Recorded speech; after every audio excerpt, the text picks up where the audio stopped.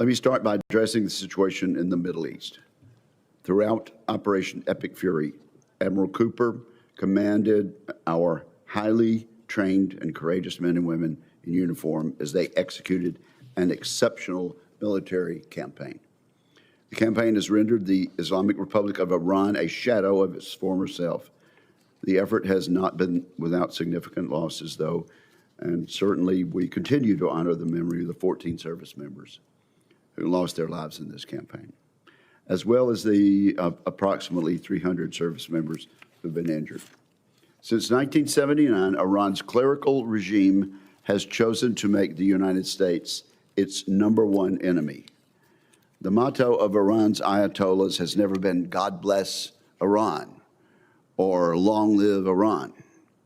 They have chanted "Death to America, death to Israel." The regime states its murderous goals plainly. The entire foreign policy of Iran revolves around killing others rather than building for its people. As part of Iran's war of choice against the United States, the regime has directed its terrorist proxies to kill hundreds of American service members, take dozens of Americans hostage, and assassinate senior American officials, including attempts on the life of President Trump. It has also developed a nuclear and ballistic missile program that aimed to hold multiple continents and dozens of U.S. partners at risk. Every American president since Carter has had to deal with the consequences of Iran's war on the United States. Yet rather than dealing with the problem, successive Democrat and Republican administrations sought so-called de-escalation with Iran. This often afforded Iran the time and resources to develop its nuclear program, the ballistic missile program, and global terrorist infrastructure. I commend President Trump for recognizing that the Iranian regime cannot be appeased, and for directing action to defeat this threat. Doing so will not be easy. The Iranian threat, the Iranian regime is deeply ideological and insists that it is winning even when it is losing by every conceivable metric. I look forward to Admiral Cooper sharing his assessment of how close we are to destroying Iran's military capabilities. I'd also like to hear what he needs from Congress to ensure our men and women in the uniform have what they need to finish the job. Failing to complete the Iran mission would send our adversaries a dangerous signal about our nation's wherewithal and resolve. It would send that erroneous message to Iran and to other adversaries around the globe. As we've seen, the nature and scope of the threats we face transcend geographic boundaries. This is particularly true as we look to Africa, and that's where General Anderson comes in. The continent is not a distant concern for American national security. Rather, it is an arena of growing strategic consequence, defined by converging threats from adversarial nation states like China and Russia, radical Islamist terrorism, and instability driven by weak governance. China and Russia recognize the strategic importance of Africa. China is leveraging economic coercion, debt diplomacy, and military basing to support President Xi's global ambition. Through its mercenaries and other proxies, Russia is destabilizing fragile states and extracting resources in order to bankroll its malign activities in Ukraine and elsewhere around the world.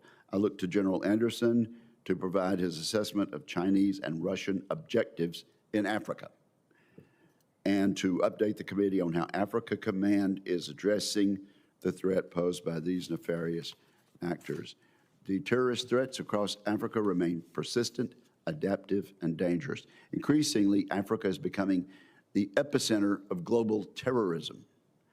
Al-Qaeda and ISIS senior leadership now reside in Africa, and their terrorist affiliates are expanding in size, capability, and geographic reach, from the Sahel to the Horn of Africa. Their murderous ambitions are not confined to that continent. These groups remain intent on killing Americans around the world, yet significant shortfalls in key military capabilities including intelligence, surveillance, and reconnaissance, complicate our ability to track these groups and the threat they pose. So we look to General Anderson to let the committee know how these resource shortfalls are impacting his ability to combat the terrorist threat and where this committee can be helpful. I have noted in my remarks, Africa is of increasing strategic importance to American national security interest. This is precisely why a dedicated combatant command for Africa is indispensable. Africa Command was established in 2007 because the United States recognized that these challenges require sustained and dedicated focus. This committee remains committed to ensuring Africa Command has the authorities, resources, and strategic support necessary to protect American interests across the continent. With that, I turn to my partner and colleague, Ranking Member Reed. Well, thank you very much, Mr. Chairman. And Admiral Cooper, General Anderson, thank you for your dedication and service with great distinction over many years. Thank you. And also, I think I expressed the concerns of all of us, or the hopes of all, that you convey our congratulations and appreciation to the men and women that you lead in your areas. I want to also begin by expressing my deepest condolences to the families of the service members who we recently lost in the Middle East and Africa, and we owe them our greatest respect and gratitude. Admiral Cooper, we are 75 days into this war with Iran, and I am concerned the President does not have a credible strategy to win. Every member of this committee shares the goal of preventing Iran from having a nuclear weapon, but there is no purely military solution to this problem. Instead, every president over the past 50 years has used diplomacy, sanctions, and international cooperation to this point successfully prevent Iran from obtaining a nuclear weapon. President Trump tore up the Iran nuclear deal, and instead of negotiating a new deal, unilaterally took our nation to war. More than a dozen service members have lost their lives, and hundreds more have been wounded. We have suffered a significant damages to our bases, dramatically expended our munition stockpiles, and sustained billions of dollars of damaged equipment. The Strait of Hormuz is still closed, despite attempts to escort commercial ships. While Secretaries Hegseth and Rubio have said Operation Epic Fury is concluded, it is unclear what objectives have been accomplished. Iran's regime is intact. Its nuclear material remains in place. The majority of its missiles and launchers have reportedly been recovered. Iran has demonstrated its ability to shut down the strait. And most importantly, or certainly of equal weight, American families are bearing real costs at the gas pump and the grocery store for a war they did not want and Congress has not authorized. Admiral Cooper, the military forces under your command have performed with exceptional skill and bravery, and that is attributable to your leadership and your chain of command. The firepower that we have brought to bear in Iran has been formidable, but we have not yet, I think, articulated a clear strategy going forward, and this is continuing to hamper our objectives. I think everyone on this committee would love to see these peace negotiations succeed, and I'd be the first one to applaud significant results achieved through diplomacy.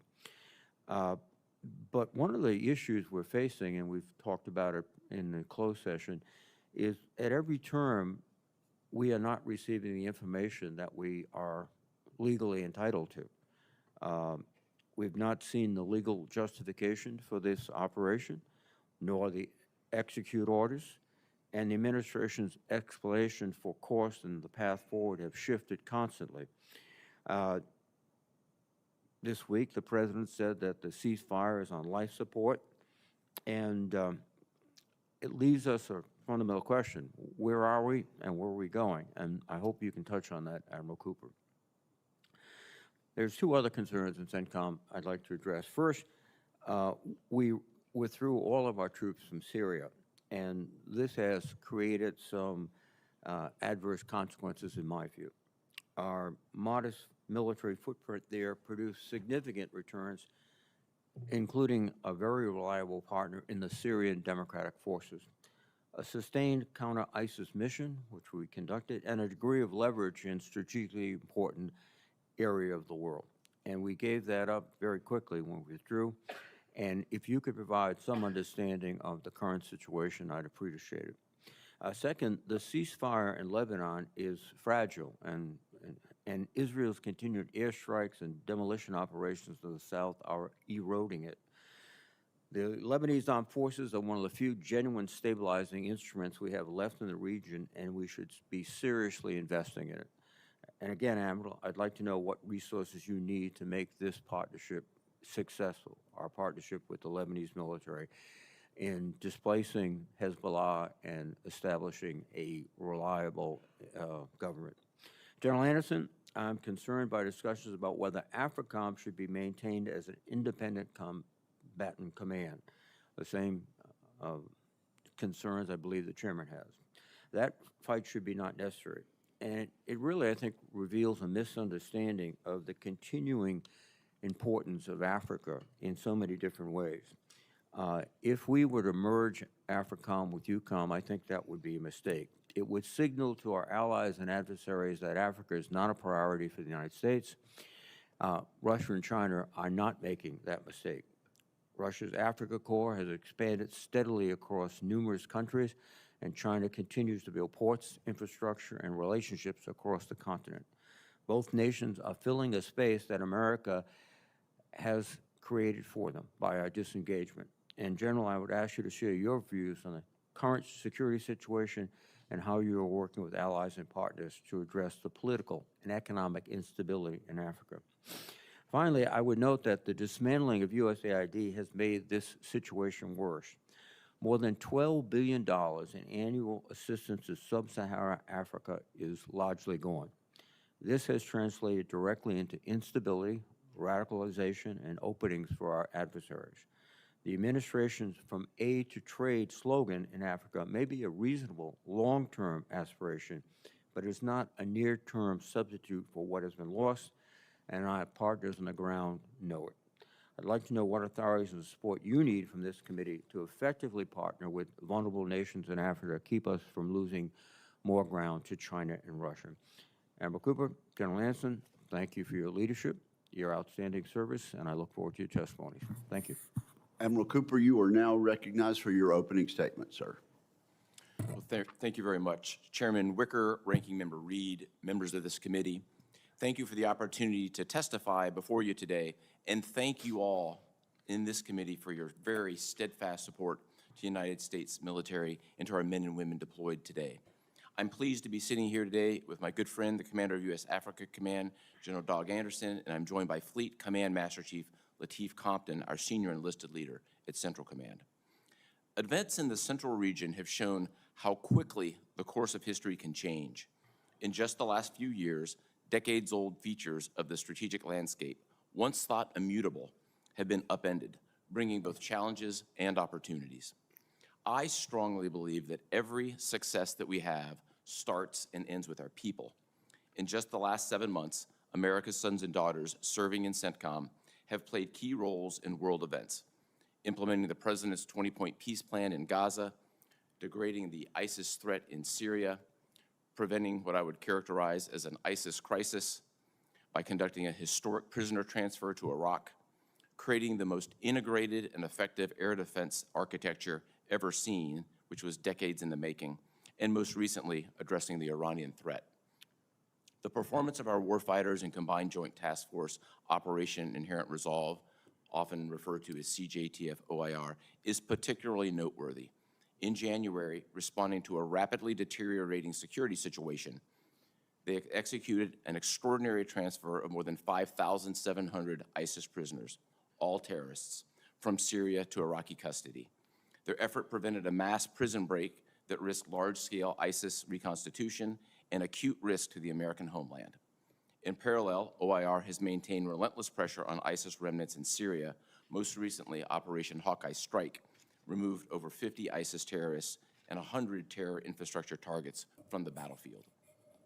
U.S. Central Command was created in direct response to the threats posed by the Islamic Republic of Iran, and I am the 16th CENTCOM commander to deal with the Iranian problem set. For 47 years, the Iranian regime has terrorized the region and made hostility to the United States a core tenet of its rule. Their hostile, lethal track record against the United States is well documented, but I don't know that it is always well understood. Here's a data point.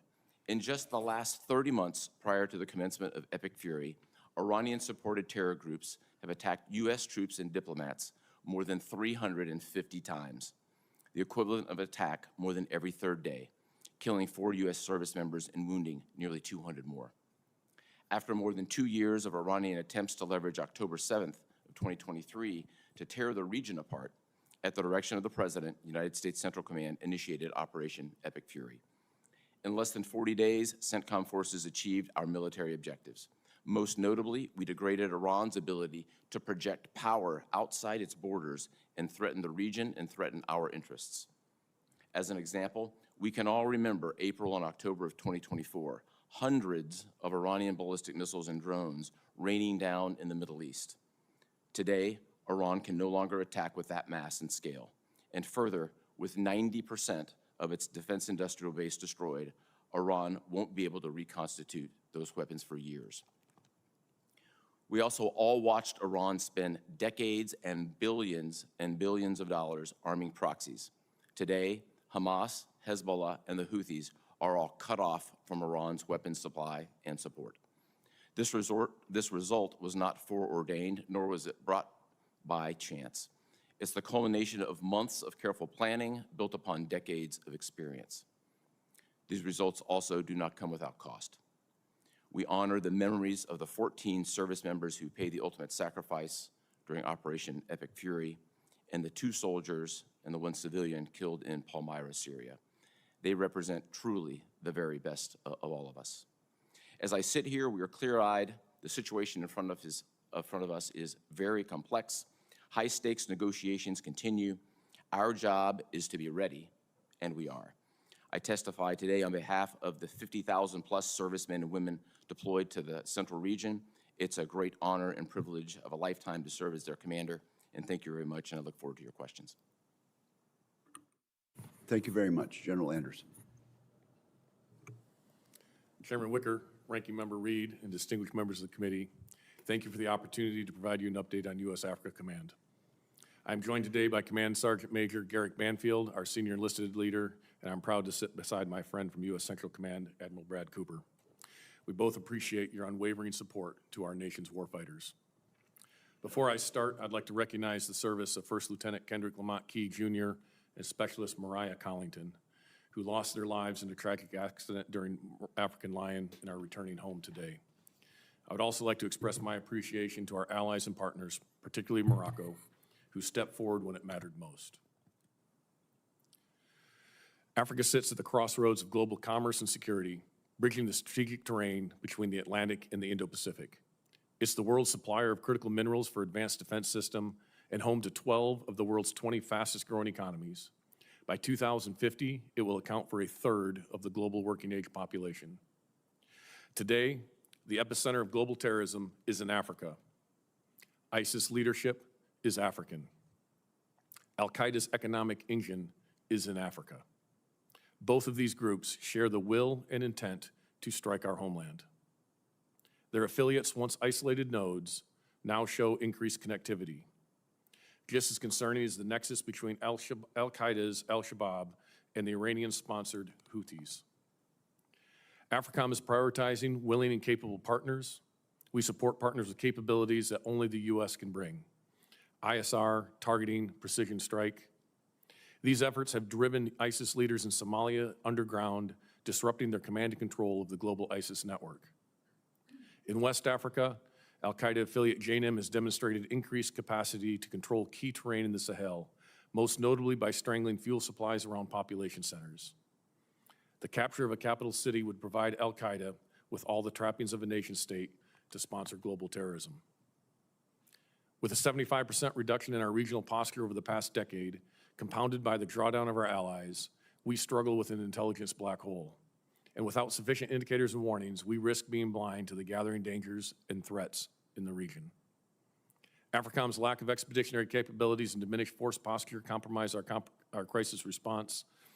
In a crisis, we can always surge assets, but you cannot surge trust. Our reduced presence on the continent also allows disruptive actors to drive the agenda, undercutting American interests. China views Africa as its second continent, securing control over critical minerals and infrastructure, potentially boxing us out of resources that energize our industrial base. Africa also serves as Putin's purse, where Russia exploits instability to extract resources, to include human lives, to fuel its war machine. To contend with these threats, AFRICOM must think and operate differently. With less than 0.1% of the department's budget, we must maximize every taxpayer dollar to deliver an outsized return on investment. AFRICOM continues to leverage low-cost, high-yield activities to amplify our impact on the continent. Programs like the International Military Education and Training and the State Partnership Program are reliable force multipliers that forge enduring relationships with African militaries and are proven models for cost-effective burden sharing. The AFRICOM exercise program is emerging as a battle lab to test and validate new technologies on behalf of both the joint force and our African partners. And finally, AFRICOM is focused on the critical convergence of security and economics. Our efforts span all elements of national power as we coordinate closely with state, commerce, energy, and treasury. The department's new economic defense unit has been an invaluable partner. To defend the homeland and promote U.S. interests and ensure effective crisis response, AFRICOM needs targeted investments in layered, non-traditional ISR, innovative force protection, programs that are able to enable willing and capable partners, the opportunity to conduct experimentation of emerging technologies, and the ability to respond to crisis at the time and point of need. Africa is a continent of opportunities, not only crises.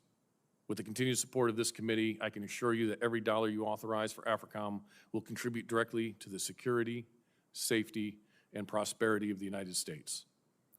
Thank you. I look forward to your questions. Well, thank you very much. Let's get right into Iran, Admiral Cooper. And I think one of the basic questions was this exercise of ours, was this operation of ours a war of choice or a war of necessity? Let me get your military perspective. Did Iran have enriched uranium up to 6% prior to Operation Midnight Hammer? Yes, sir, they did.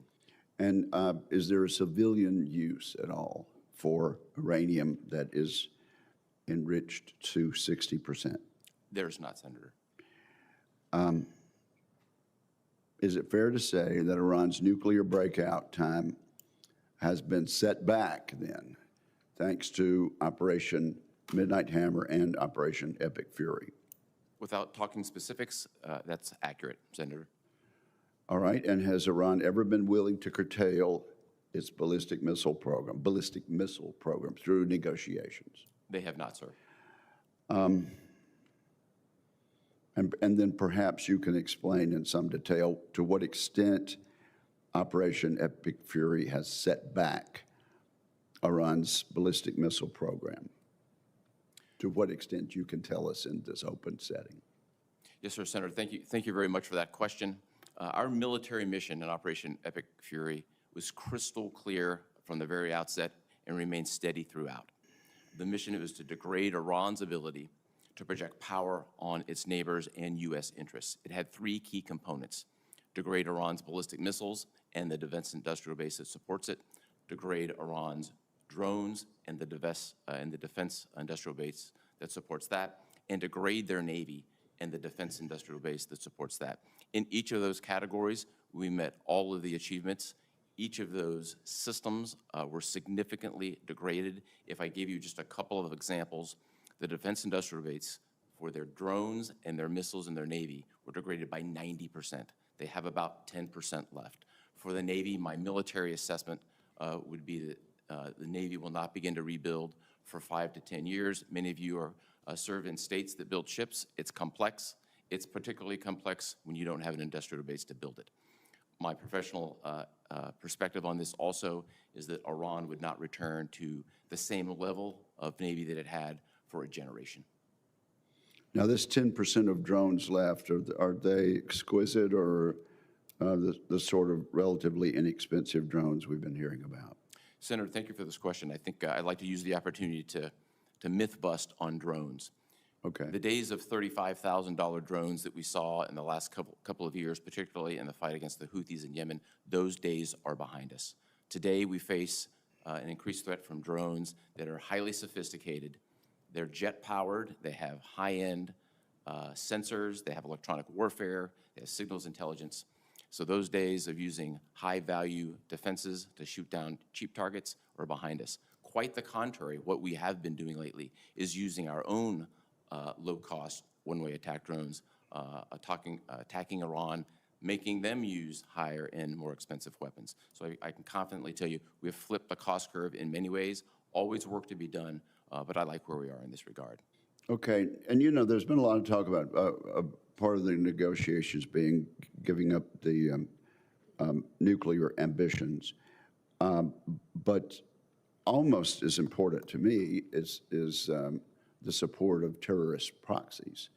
So has Iran ever been willing to end its support for the terrorist proxies, Hamas, Houthis, Hezbollah? They have not, Senator. So to what extent has this exercise, this operation, denied Iran resources for funding terrorism?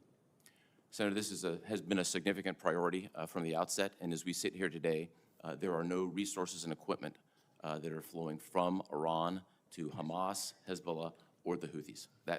Those transfer paths and methods have been cut off. To the extent that that source of support has been cut off, what are the other sources of support that these terrorist groups can look to?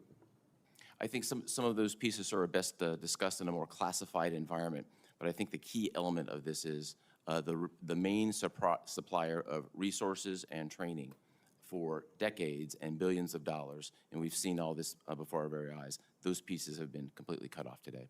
Thank you very much. We'll take another round, but at this point, I recognize the ranking member. Thank you very much, Mr. Chairman.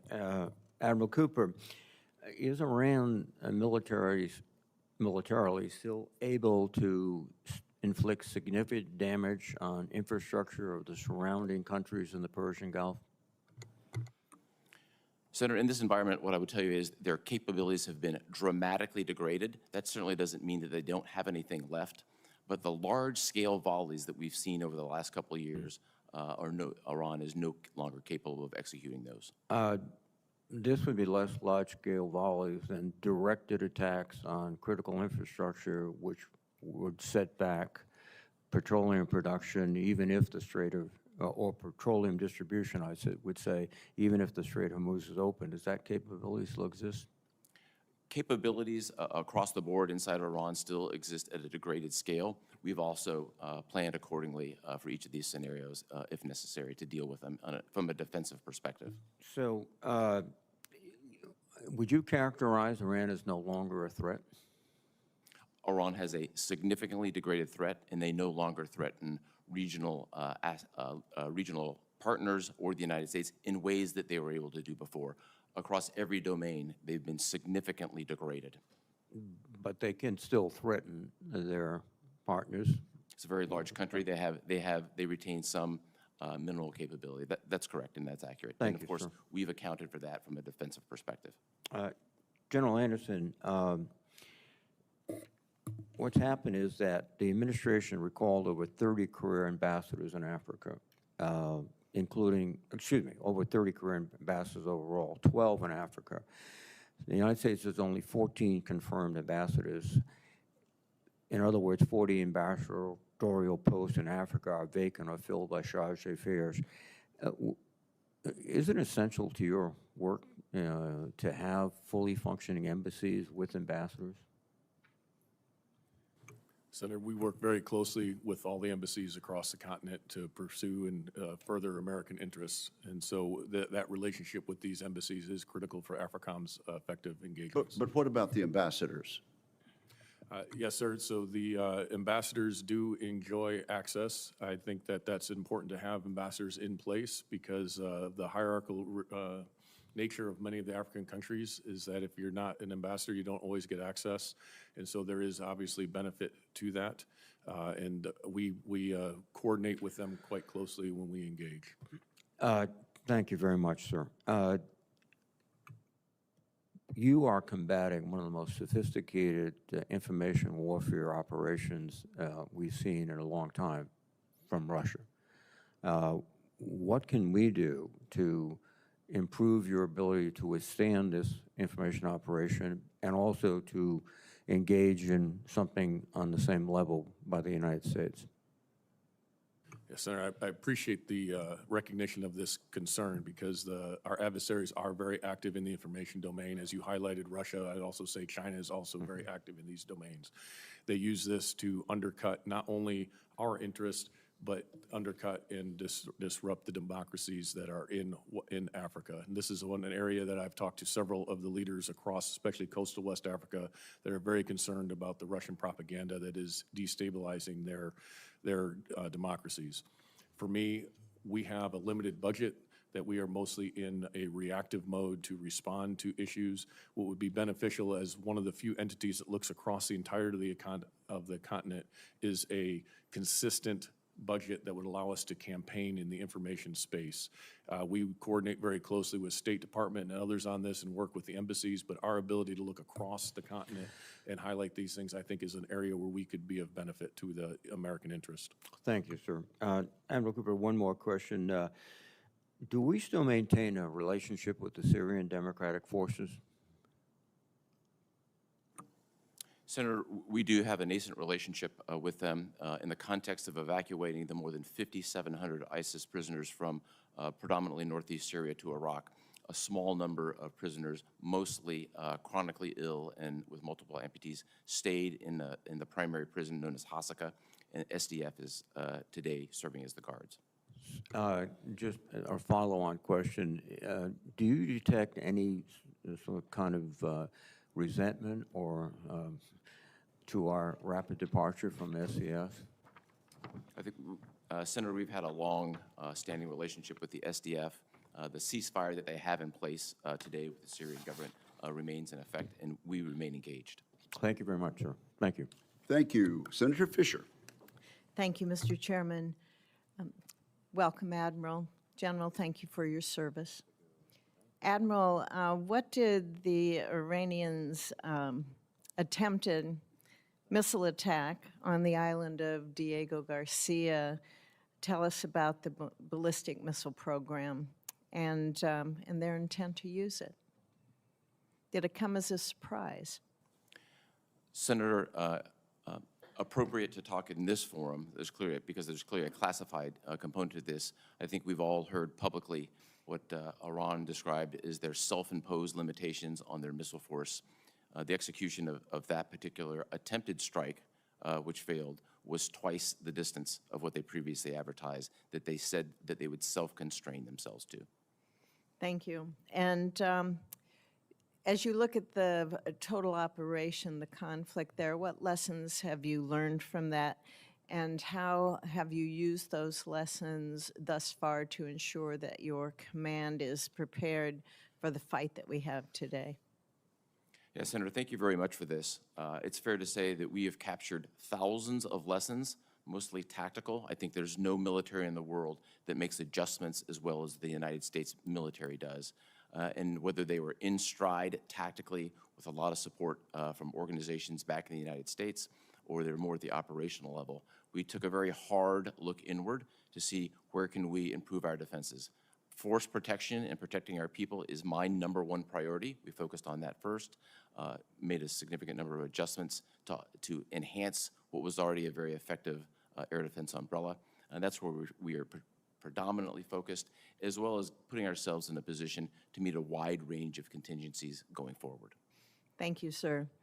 General Anderson, ISIS is on the rise in Africa, and you've been very, very clear about that. How is your command working with our partners in order to address that? Senator, you are correct. ISIS is putting a concerted effort in its establishment on the continent. We have been working very closely with willing partners who have been willing to address this threat. So 2 examples of that in northern Somalia, working with the Somali and the Puntland forces there to go up into those mountains. What has been key there to putting pressure and isolating the ISIS leadership there is the partners' ability to stay in those mountains. And so our partnership to provide them the intelligence, some training, and some limited logistics that allow them to stay is helping isolate that leadership node in Somalia. We've also been working very closely with Nigeria, who has in the last few months opened up with a very positive engagement with intel sharing and ability to go after and target some of these terrorist threats that are in northern Nigeria. And so that has been a positive area that we've seen as well. We would like to reestablish some pragmatic relationships in the Sahel, where ISIS also has a stronghold, where they are currently holding an American hostage in order to gain better access. And that's an area we need to continue to improve, to work with those partners for a intel sharing and understanding of what that threat is there. But we are working very deliberately with our partners to address these common threats. Do you feel that you're appropriately resourced to address these threats? We have the minimum necessary resources in order to address the threats. In order to do this, because of the size of the continent and the complexity of those attacks or of those threats, in order to thwart these, we have to shift resources, and that entails taking some risk in those other areas in order to address the primary efforts. I'd like to have you address some of the connections that we see with the drug cartels, with the terror groups. Can you elaborate on those, especially with regards to the Central and South American cartels? Yes, Senator, that's an area that is emerging that is causing us great concern. So 2 points to that. Recently, there was an interdiction based on some intelligence that we were able to provide that the Spanish interdicted a shipment of cocaine that was 35 tons of cocaine. We believe that's about $1 billion of street value. We believe that's the largest interdiction in history. That came out of South America. It was transiting along the west coast of Africa towards another location that I could talk about in a classified environment. And so we're seeing more of that drug trafficking coming in, and the terrorist organizations are helping transit that. They're getting payments through that, and there's a symbiotic relationship that money then comes back to our hemisphere, to those drug cartels, but also helps provide fuel for those terrorists. Another area that I think is important to highlight is that in the last 18 to 24 months, we have assisted in, or at least tipped off many partner nations to drug activities and labs in their country. In this time, 11 of the 12 drug labs that have been interdicted have had Mexican cartel members on site, to include the largest drug lab that had ever been disrupted in South Africa, that there were Sinaloa cartel members on site. And so they are actually doing production now in Africa, as well as the transit of that across the continent. So we're watching this develop, and it's of concern as this fuels both the terrorists and the cartels. What's the destination of those drugs? Those drugs are destined for the Middle East, for Europe, but we're also seeing them then come in through the northern route back into America. As we have applied pressure on the southern border, they're finding other means to bring those drugs into our nation. Thank you. Thank you, Senator Fisher. Senator Blumenthal. Thanks, Mr. Chairman. Thank you both for being here. Thank you for your extraordinary service in a difficult time. General Anderson, I want to express my condolences to you and your team and the families of Lieutenant Kendrick Lamont and Specialist Maria Collington. The Army's lost 2 young patriots and dedicated man and woman, and I'm certain that the recovery mission was difficult. And I want to commend your team for bringing closure to their families. Admiral, there's been public reporting that Iran continues to have as much as 70 to 75% of its missiles and launchers available to threaten shipping in the Strait of Hormuz. Does that reporting conform roughly with your estimate as to Iran's continuing strength? Senator, thank you for the question, and first, thank you for your time these past few days. It's been meaningful and very much appreciated. I think it's appropriate in this forum not to discuss specific intelligence assessments. What I would say from my perspective is the numbers that I've seen in open source are not accurate. I think what also is not taken into consideration, it's more than just the numbers. It's the command and control that's been shattered. It's a significant degradation in capability, and it's the lack of any ability to then produce any missiles or drones on the back end. I think we have to take a holistic look at that, and that's what we've done. But regardless of what the numbers are, Iran continues to pose a significant threat to shipping because it has missiles and fast boats and other assets that are available to attack shipping in the area, correct? Senator, in each of those cases, their capability have been significantly degraded. If I just use my own professional experience, in 100 transits through the Strait of Hormuz, you would typically see 20 to 40 fast boats, and lately we've seen 2 or 3. So the degradation means it's been significant, but some residual capability does exist. With respect to the threat that remains, your forces were successful in Project Freedom in enabling ships to go through the strait, correct? That's correct, sir. And Project Freedom was stopped for what reason? Senator, I think I'll look back a couple of days ago on the Chairman of the Joint Chiefs' testimony before the Senate Appropriations Committee. I think he characterized it well. The situation in the Strait of Hormuz is rather complex these days, and I would offer just these quick points. First and foremost, the United States controls, via our blockade, which I'd be happy to talk about, the overall flow of commerce going into and out of Iran. The Iranian capability to stop commerce has been dramatically degraded through the straits, but their voice is very loud, and those threats are clearly heard by the merchant industry and the insurance industry. Those are factors. There's certainly factors in energy. But and on top of all that, I apologize for interrupting, but I'm going to run out of time, as you understand.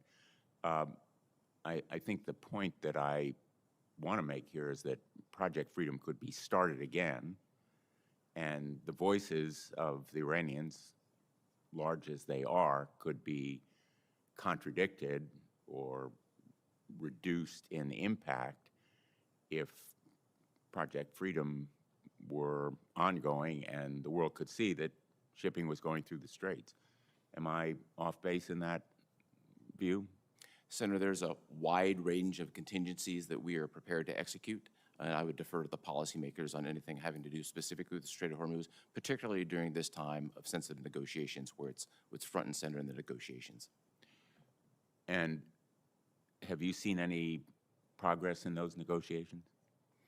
Senator, I'd refer to the diplomats and the team engaged in the negotiations.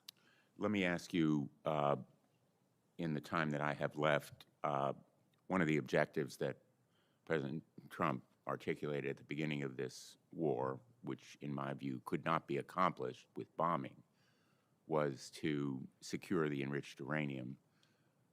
Would you agree that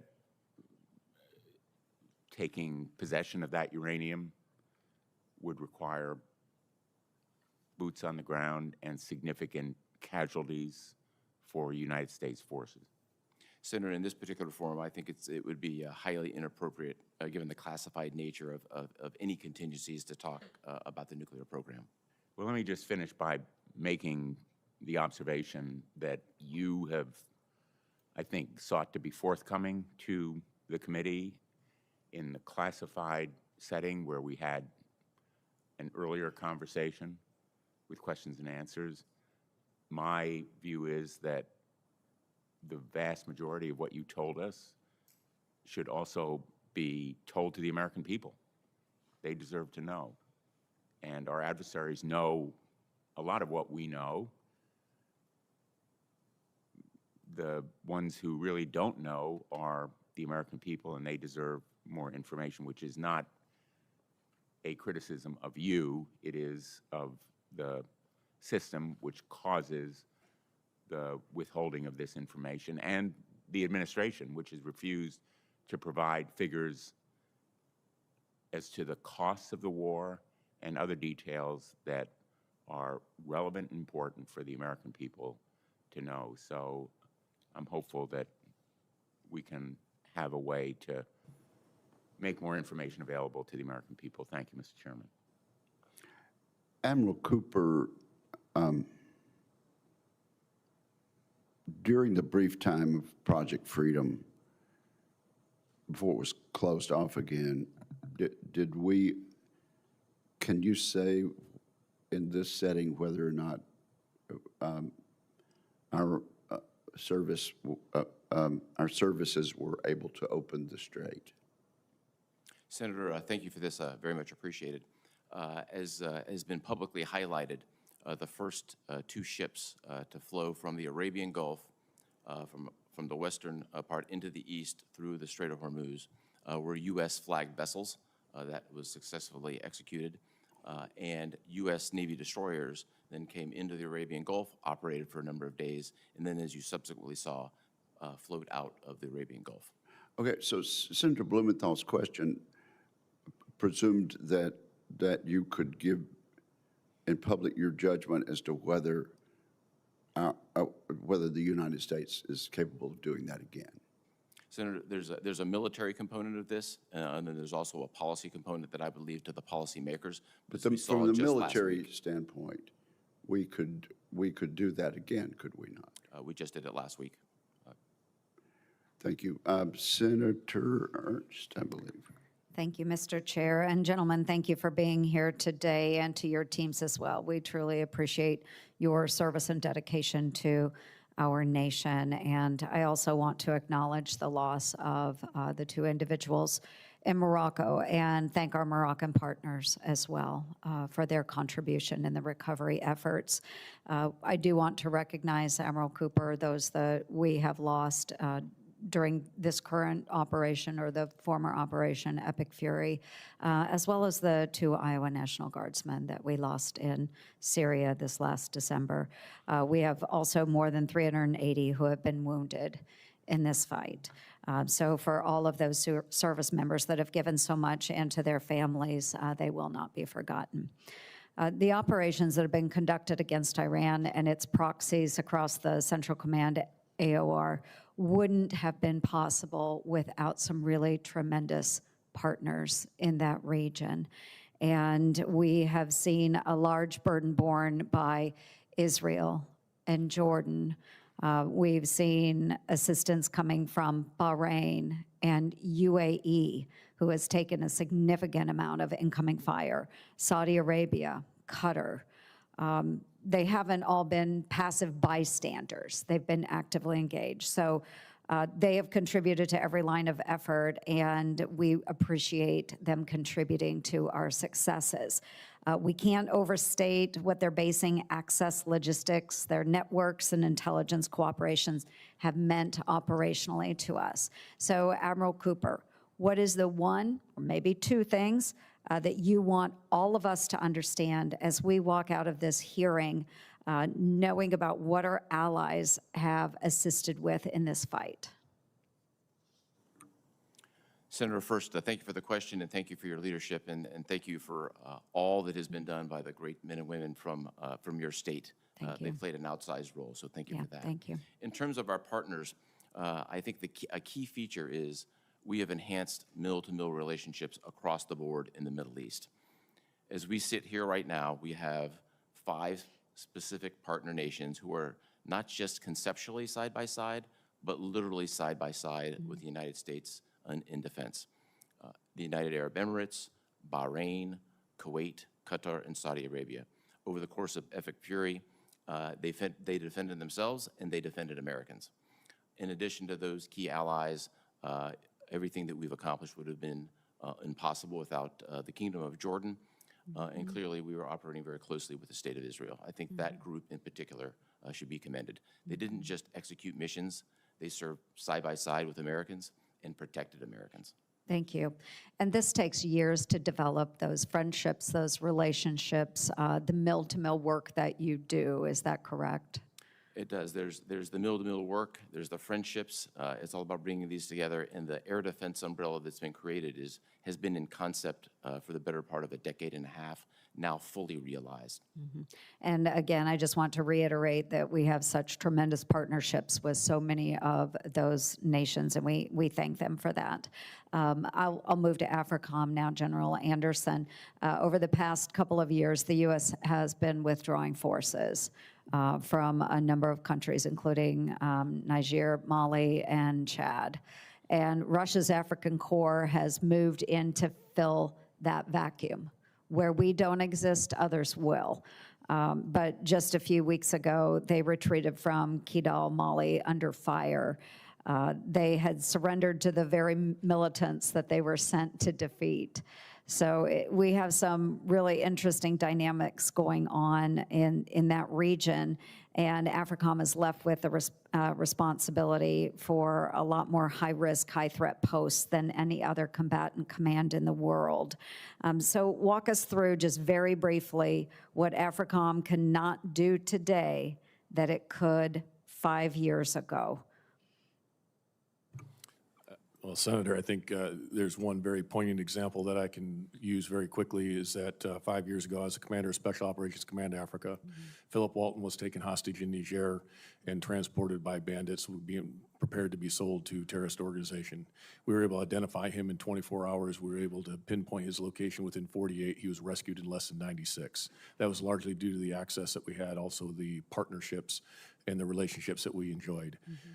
Today, Kevin Rideout is on day 205 of captivity, largely because we don't have the access that we had before and the relationships that are necessary, and that posture reduction has been difficult. And he was also taken out of Niamey. Unfortunately, he was then sold by the bandits to ISIS and is being held there today.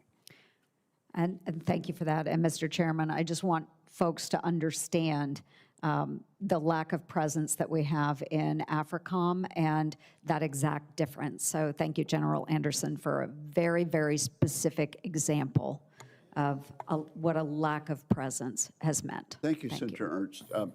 There's a proposal for substantially more funding for your command. Is that right, General Anderson? Senator, that is correct. The presidential budget significantly increases our budget and addresses some of these key concerns. Well, that one example you just gave, would that be addressed by these proposed additional funds? So not entirely, Senator, because the access and relationships are what were key there. But we do, because of this, because of that lack of posture, need more investment in expeditionary capabilities, and that is being addressed in the proposed budget. But those relationships that the Senator highlight and maintaining those relationships are absolutely critical because you cannot surge trust in the time of need.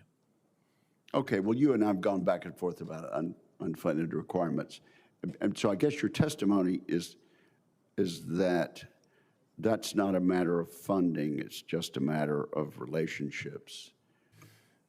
Senator, that is a matter of relationships. The funding that we would ask for that would help us is the contingency response ability, expeditionary, but also some targeted programs to work with key partners who are willing and able to address the threat, to increase their capability and capacity to do that. So those are the investments. Those are all included in the proposed budget. So right now, I don't have many needs.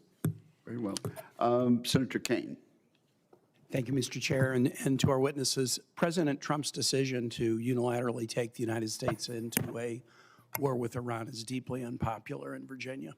We are a very pro-military state, a very pro-military state.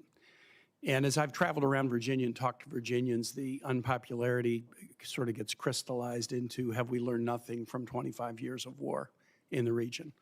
14,000 American troops and contractors died in the war on terror in Iraq and Afghanistan, more than 65,000 injured, $8 trillion spent.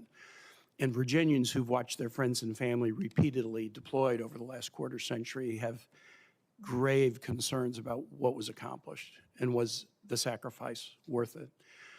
Our troops sacrificed so bravely. Chief Warrant Officer Robert Marzan, one of the 14 who have died in Epic Fury, Spotsylvania County, Virginia. Our Ford Carrier Strike Group just returned the longest post-Vietnam deployment of any carrier. Our folks sacrifice. They want civilian leaders to make the right decisions about whether and when and how they should sacrifice. And there's deep concern that in this instance, the decision is a wrong one. Part of it is a failure to really grapple with history. In the hearings in this committee, I've heard over and over again, and I've heard the President, Secretary of Defense talk about Iran's bad actions since 1979. And everything that's been said about Iran's bad actions are true. But there's a lot of the story that folks don't talk about. History didn't begin in 1979. Iran and the United States were allies in World War II. One of the pivotal events in World War II was the Tehran Conference, where President Roosevelt, Winston Churchill, Joseph Stalin met in Tehran to guarantee Iran independence, stable borders, and sovereignty. Iran loved the United States. The United States led a coup to topple the democratically elected government of Iran in 1953 during the Eisenhower administration. The United States propped up a dictatorship, the Shah of Iran, trained the secret police, the Savak, that tortured, exiled, imprisoned, killed Iranians by the thousands. And 26 years after that, there was a revolution, 1979, and yet, yes, then it was death to America. The U.S. funding a dictatorship and toppling a democratic elected government led to an Iran that has been very hostile, and all the events my colleagues have talked about since then are accurate. But just as Iran seized our embassy in violation of international law, then the United States funded Saddam Hussein for Iraq to wage war against Iran in the 1980s, killing hundreds of thousands of Iranians. And just as Iran funded proxies that bombed a Marine barracks on our embassy in Beirut, the USS Navy shot down an Iranian civilian aircraft in 1989, killing 290 civilians. And the U.S. invaded Iran's next-door neighbors to topple their government. And then, yes, Iranians attacked U.S. troops arrayed near their border, and we've attacked and killed their leadership. I'm not saying that Iran is good. Iran is horrible. Horrible to its neighbors, horrible to people outside its borders, and even worse to its own people.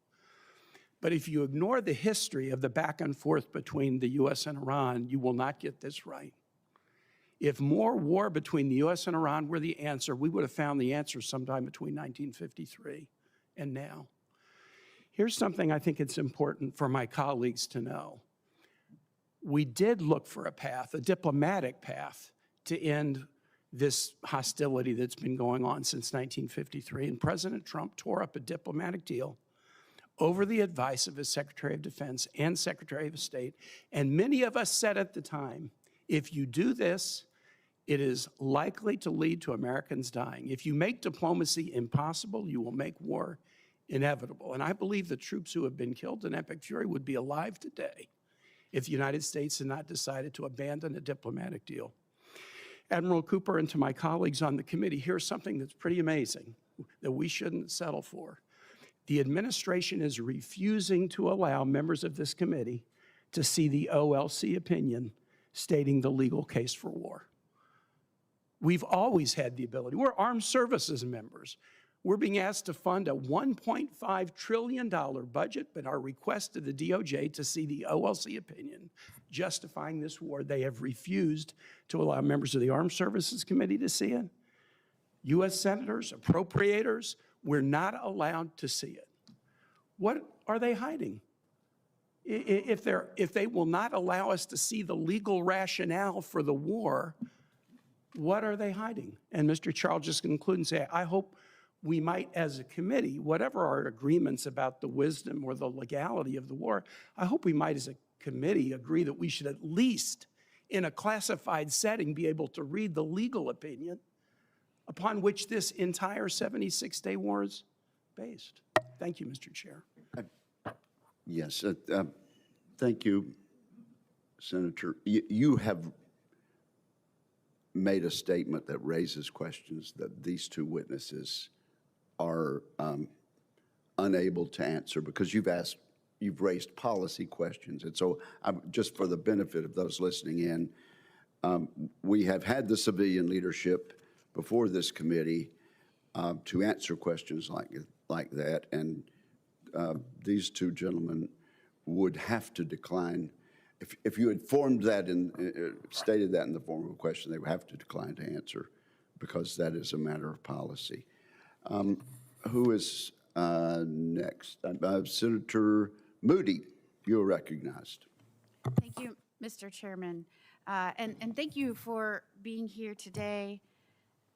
Admiral Cooper, General Anderson, thank you for your leadership to the men and women of CENTCOM and AFRICOM. Thank you for everything that you have done over the course of your careers and are continuing to do to serve our country. And I see there are so many men and women with you, behind you, to support these efforts today, to speak with us, to meet with us, to answer our questions.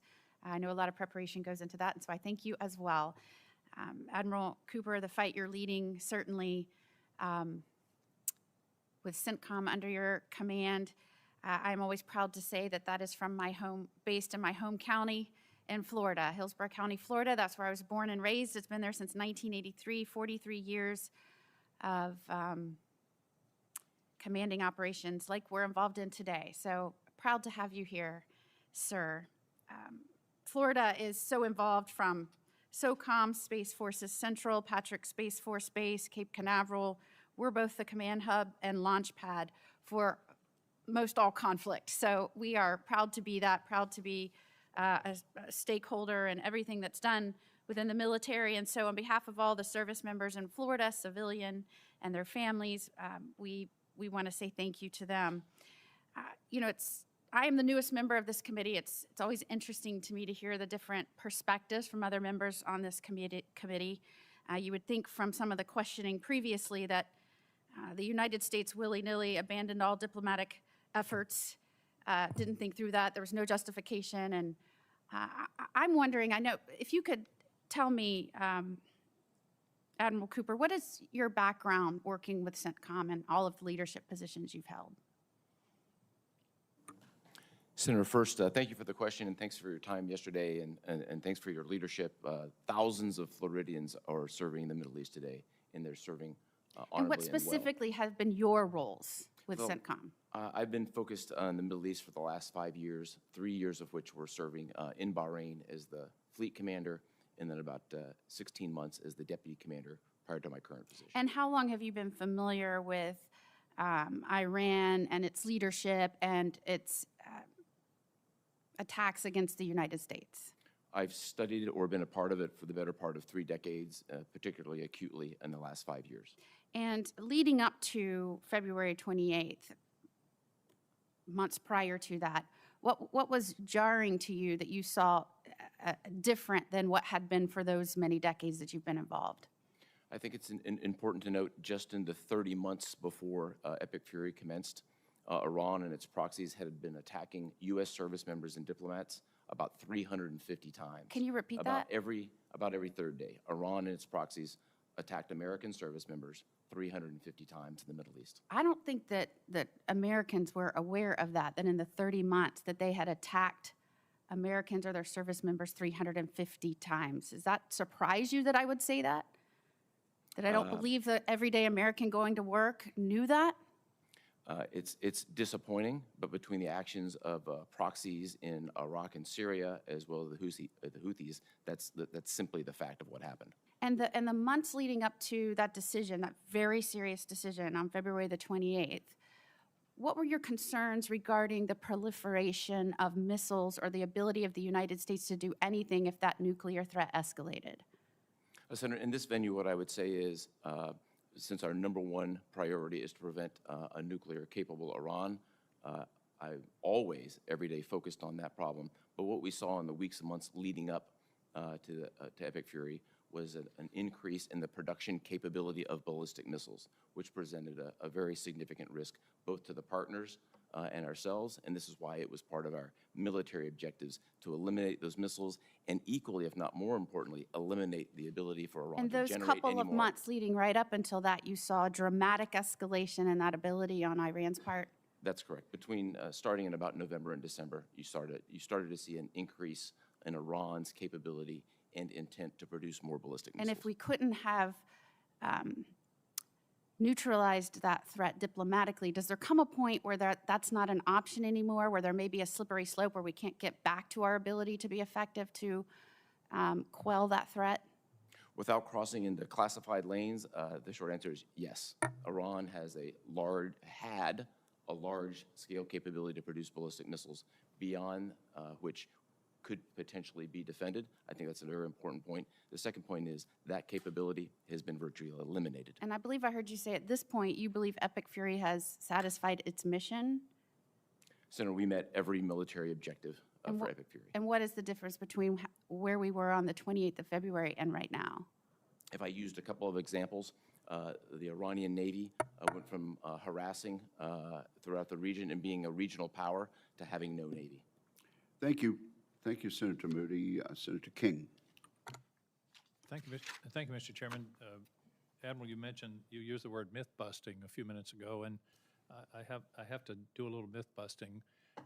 It's sort of a common rhetoric today that no administration prior to this one has confronted the threats of Iran. In fact, the most effective confrontation with the threat from Iran, the nuclear threat, was during President Obama's administration with the JCPOA.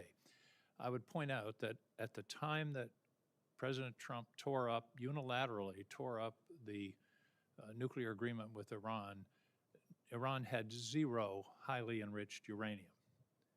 As you know, today, one of the focuses of this whole enterprise is 400 kilograms of highly enriched uranium that's in place in Iran that was produced since the unilateral dissolution of the JCPOA. The idea that nobody ever confronted this problem is just not true. And we're now confronting a problem that was created by the abandonment of the JCPOA, which is the most comprehensive nuclear control agreement ever and the most highly inspected by the International Atomic Energy Agency in world history. So we're confronted with a problem now that in many ways this administration created in 2018 by abandoning this agreement. Let me move on. Do we have any clarity now as to who's in charge in Iran? Do we know who has the power to negotiate and make agreements? Senator, the negotiations themselves are held via diplomatic channels, and I would really refer to the diplomats to address that. But clearly, from a military perspective, their command control was significantly fractured as a result of our strikes in Operation Epic Fury. And command and control is another way of saying their leadership. There's a communications difficulty. Is the IRGC in charge at this point? The IRGC is exercising significant authority. General Anderson, talk to me about the loss of soft power in Africa, our abandonment of USAID, and what's happened with the Chinese and the Russians that my understanding is are now filling that gap in addition to the other aggressive actions that they're taking.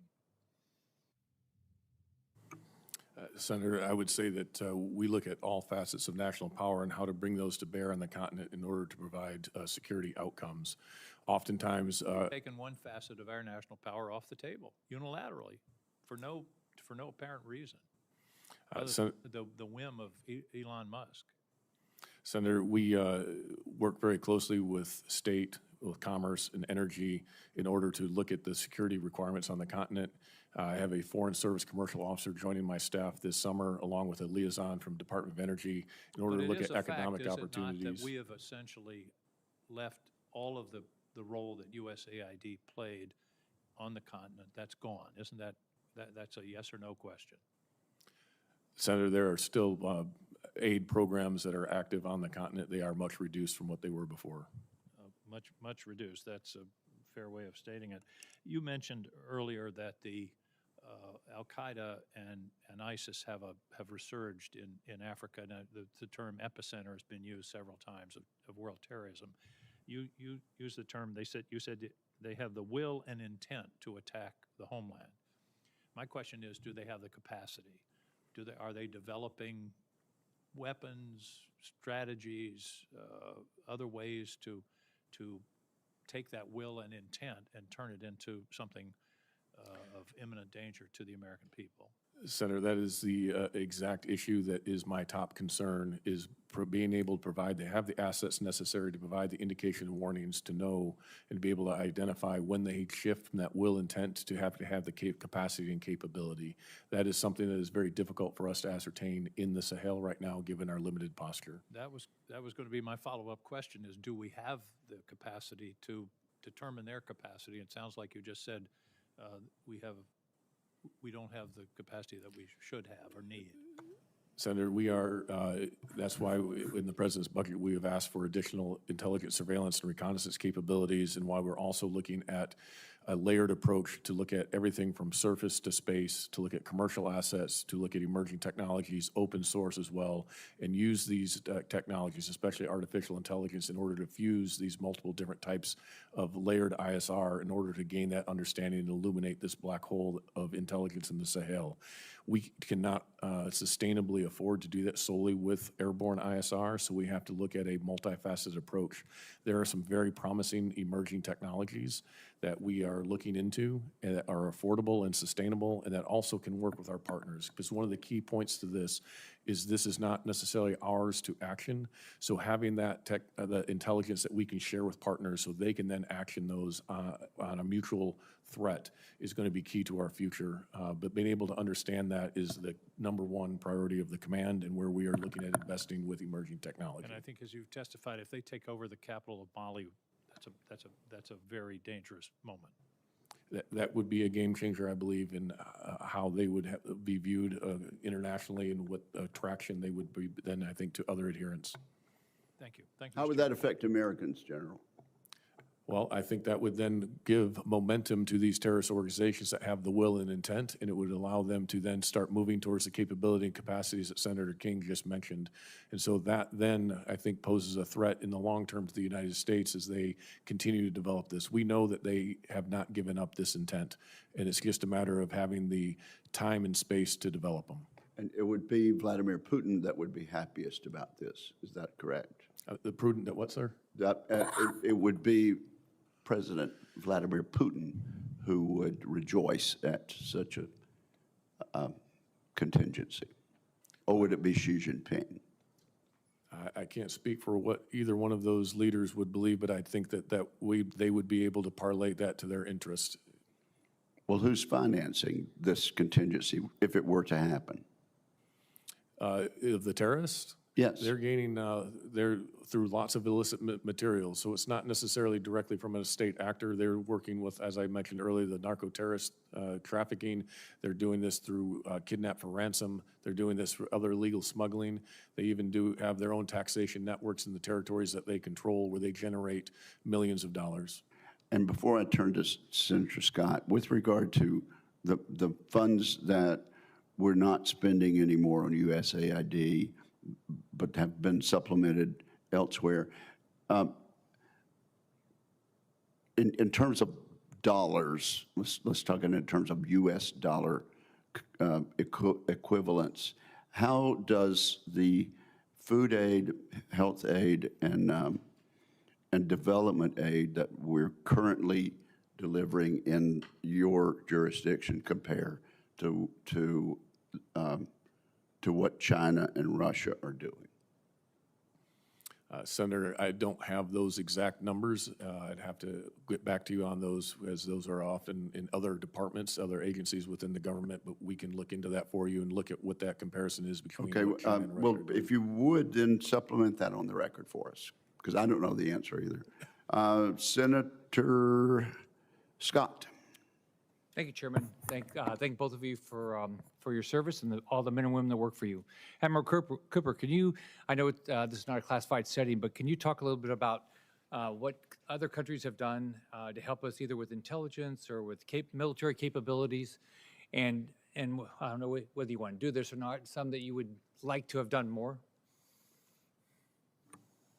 Senator, I think the most prominent 7 countries that have been most helpful and served side by side are 5 of the 6 GCC countries, UAE, Bahrain, Qatar, Kuwait, and Saudi Arabia. Also indispensable in our effort has been the Kingdom of Jordan and clearly Israel, with whom we conducted the strikes. We're always eager to expand partnerships. There's a couple that I think I could address in a classified setting that were less than stellar. And do you feel like we've been a great partner to them in helping them build up their capabilities over the last 20 years or so? Senator, I think it's been an excellent two-way street, and if I look at mill-to-mill relationships, it's been very strong. I'd simply highlight the result of years of effort in collaboration and partnership, put our partners literally side by side with Patriot defenses, with our partners defending Americans. I think that sends a lot. I think that sends a good signal and says a lot. So I think Senator Wicker asked you some questions about drones. We had a meeting the other day, and the individual came in and said that Ukraine is building 5 million drones a year. And so they probably are ahead of most people because they've had to, because of war they're in. So can you talk about, are we where we need to be with drone technology? Are we using it everywhere we can? Are we where we need to be with regard to drone defense capabilities? Can you just talk a little bit more about that? Yes, Senator. First, I would say that the Secretary and the Department's focus on drone domination, drone dominance, has really kick-started our capabilities and flowed more capabilities into the region much faster than we had seen before. And many of those capabilities have now been proven in combat. I think in a classified setting, I'd like to tell you what that looked like. But as we sit here today, we have drone capabilities in the air, on the sea, and under the sea as a result of this initiative.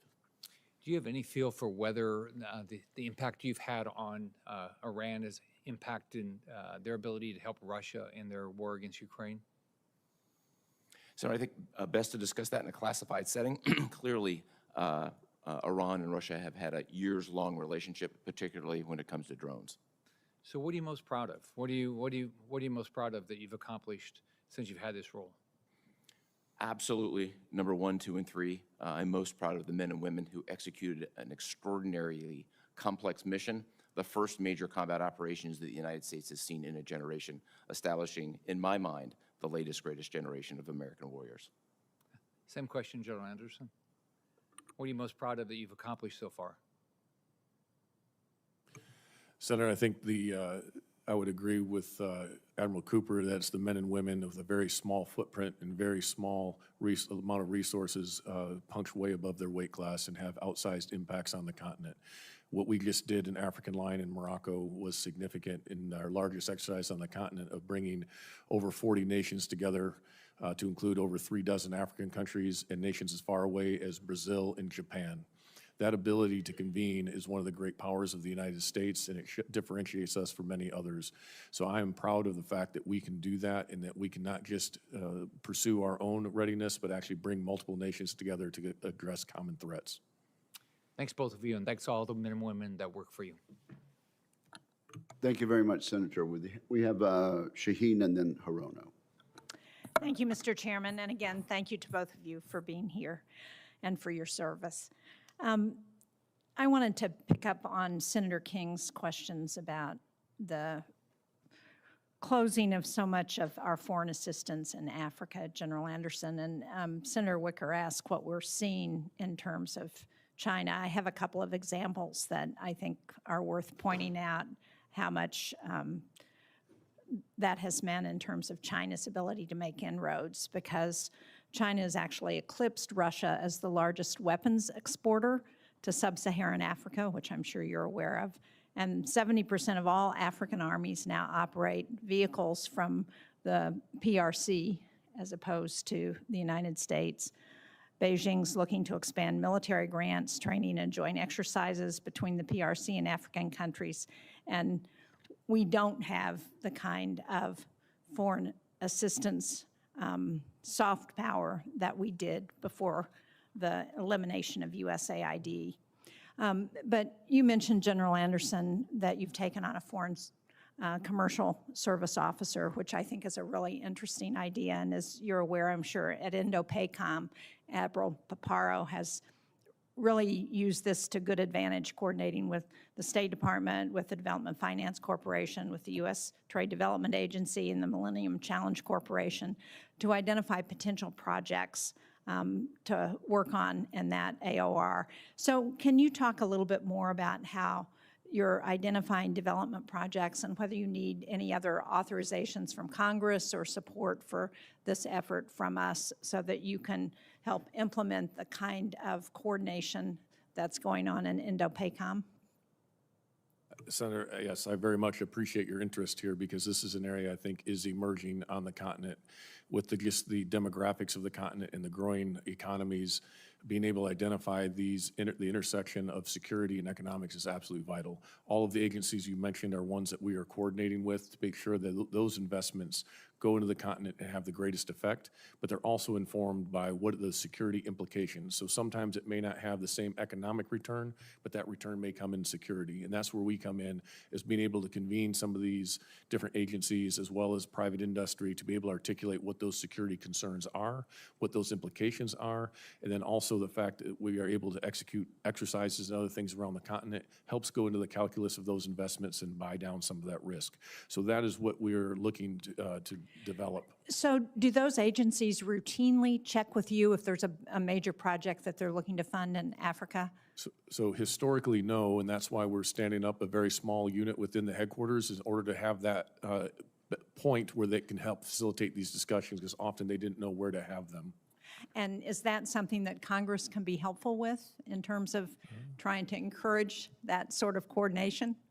I think there are ways that encouraging that coordination would be very helpful, and being able to articulate this across the committees that oversee these various agencies and understanding how that interrelation of national power can come together, that it's not always the military lever that produces a security outcome, but being able to have that dialogue I think would be critical. The other area that I think would be very helpful also is incentive structures that help energize our industrial base to help produce the equipment that our partners want. They would much prefer to buy U.S. equipment, but often our systems take so long and are so long to deliver because often the incentive structure is not there, that they turn to China out of necessity, not because of desire. They often see that as inferior equipment, and they would much prefer to buy American. We need to incentivize our industrial base to meet that demand. Yeah, I agree. And as you know, it's an issue not just in that respect, but in a whole lot of other areas in terms of the challenges with the industrial base. Admiral Cooper, one of the things that's gotten a fair amount of attention in recent weeks has been President Zelensky's working with some of our allies and partners in the Middle East in response to the war in Iran on the expertise that the Ukrainians have developed to address counter-drone responses. Can you talk a little bit about what you're seeing with respect to that and whether our allies and partners find that kind of support helpful from the Ukrainians? Senator, I think most significantly, we adopted a large number of tactics, techniques, and procedures that the Ukrainians have passed us that have helped us defend Americans. And all of our partners are working with Ukraine in some way, shape, or form. I'd really defer to them, let them talk about it. But are they more effective as a result? Yes. Thank you. Thank you, Mr. Chairman. Senator Harona. Thank you, Mr. Chairman. Before I begin my questions, I want to again take a moment to highlight the true costs, both for the military and everyday Americans, of the president's illegal war with Iran and summarize how we got here. 13 brave U.S. soldiers have been killed and more than 400 have been wounded. The DoD is now estimating that this war has cost over $29 billion and costing more every single day. The continued closure of the Strait of Hormuz, which somehow caught the president by surprise, is directly contributing to the growing affordability crisis that Americans are facing. And negotiations are at a stalemate, but it's becoming clear this president's plan is to attempt to secure an agreement that looks very similar to the 2015 JCPOA, which my colleague, Senator King, referred to, which this president recklessly tore up in 2018. As you recall, the JCPOA, which was an agreement that also included countries, not just us, it included France, the UK, Germany, China, and Russia.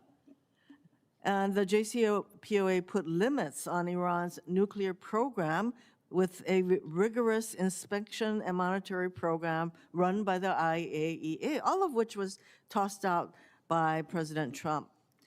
And while that agreement did have a sunset clause, what we should have done was work diplomatically with our allies to extend it.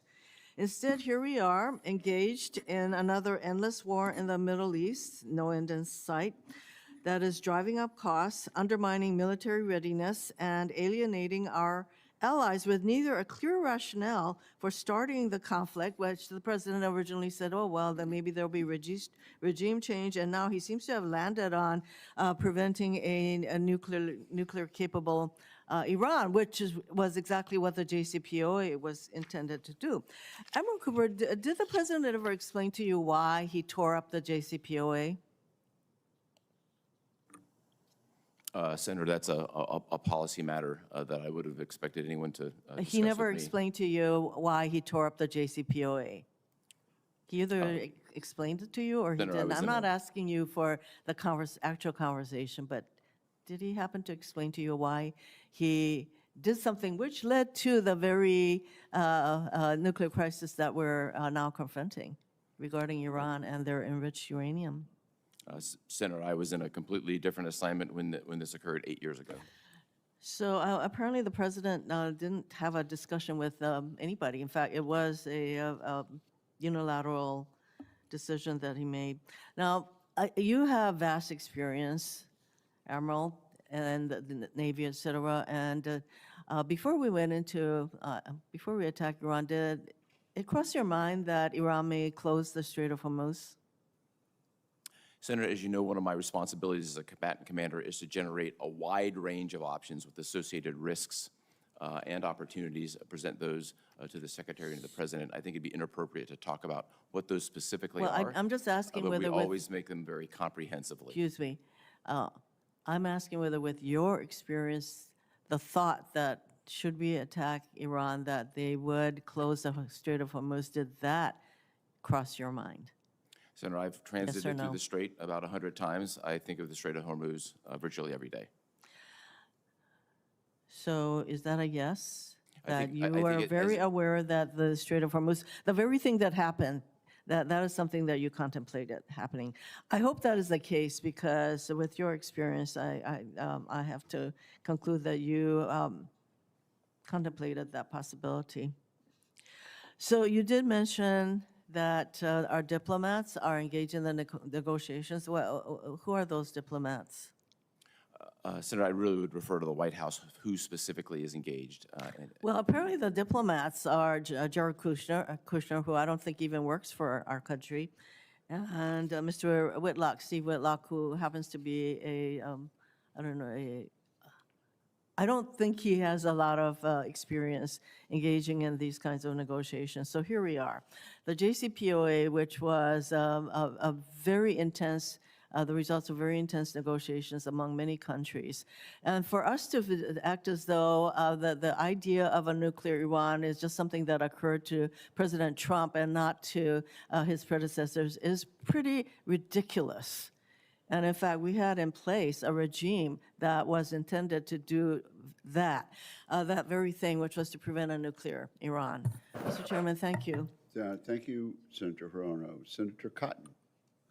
Gentlemen, thank you for your appearance and your service to our nation, and many thanks to all the troops that you represent. Admiral Cooper, some critics of Operation Epic Fury have referred to it as another forever war.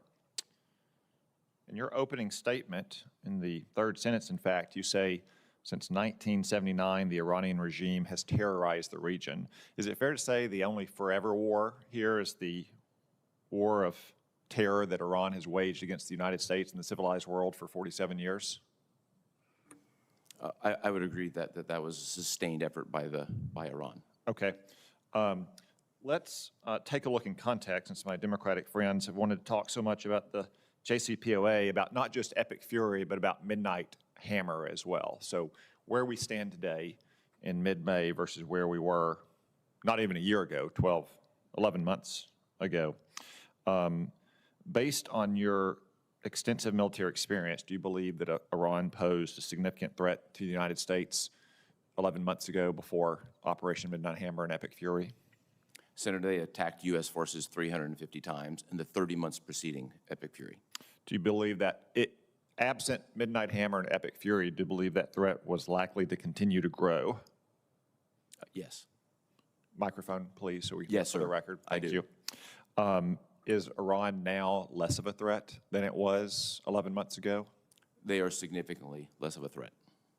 Is it fair to say that the Iranian regime is still a revolutionary terrorist regime even after all the deaths of their senior leaders? They are. Yeah. Is it fair to say the revolutionary terrorist regime no longer has nearly as much military capability to act on its revolutionary terrorist intentions? That is fair, and I think it's also fair to say across every element of national power, they've been significantly degraded. You state in your opening statement that CENTCOM forces systematically dismantled what Iran spent 4 decades and tens of billions of dollars building. How long do you assess that it will take them to get back to where they were in terms of their military and other capabilities just 11 months ago, before CENTCOM dismantled it all? Senator, I would assess that the drone and missile force will take years to reconstitute. The Navy likely will not get back to its previous size for a full generation. Is that why you say in your opening statement that CENTCOM assesses Iran can no longer project power across the region nor pose a persistent threat to the United States or our partners than it did prior to Operation Epic Fury? They certainly cannot do it at the level of mass that we all saw with hundreds of missiles and drones raining across the Middle East. That doesn't mean they don't have any capability, but that broad power projection capability no longer exists. And the whole world saw that just in a number of days after the beginning of your operation, correct? In the number of, I think it was a near 90% decline in Iran's attacks on the United States and its neighbors in the region? That's correct. Early on, the attacks were in the hundreds, and they went to the teens. Okay. I know that there's been a lot of questions about the Strait of Hormuz. To be clear, the Strait of Hormuz was never part of our objectives, but we knew, as anyone who looks at a map would know, that Iran has the power to temporarily close the Strait of Hormuz. Is that correct?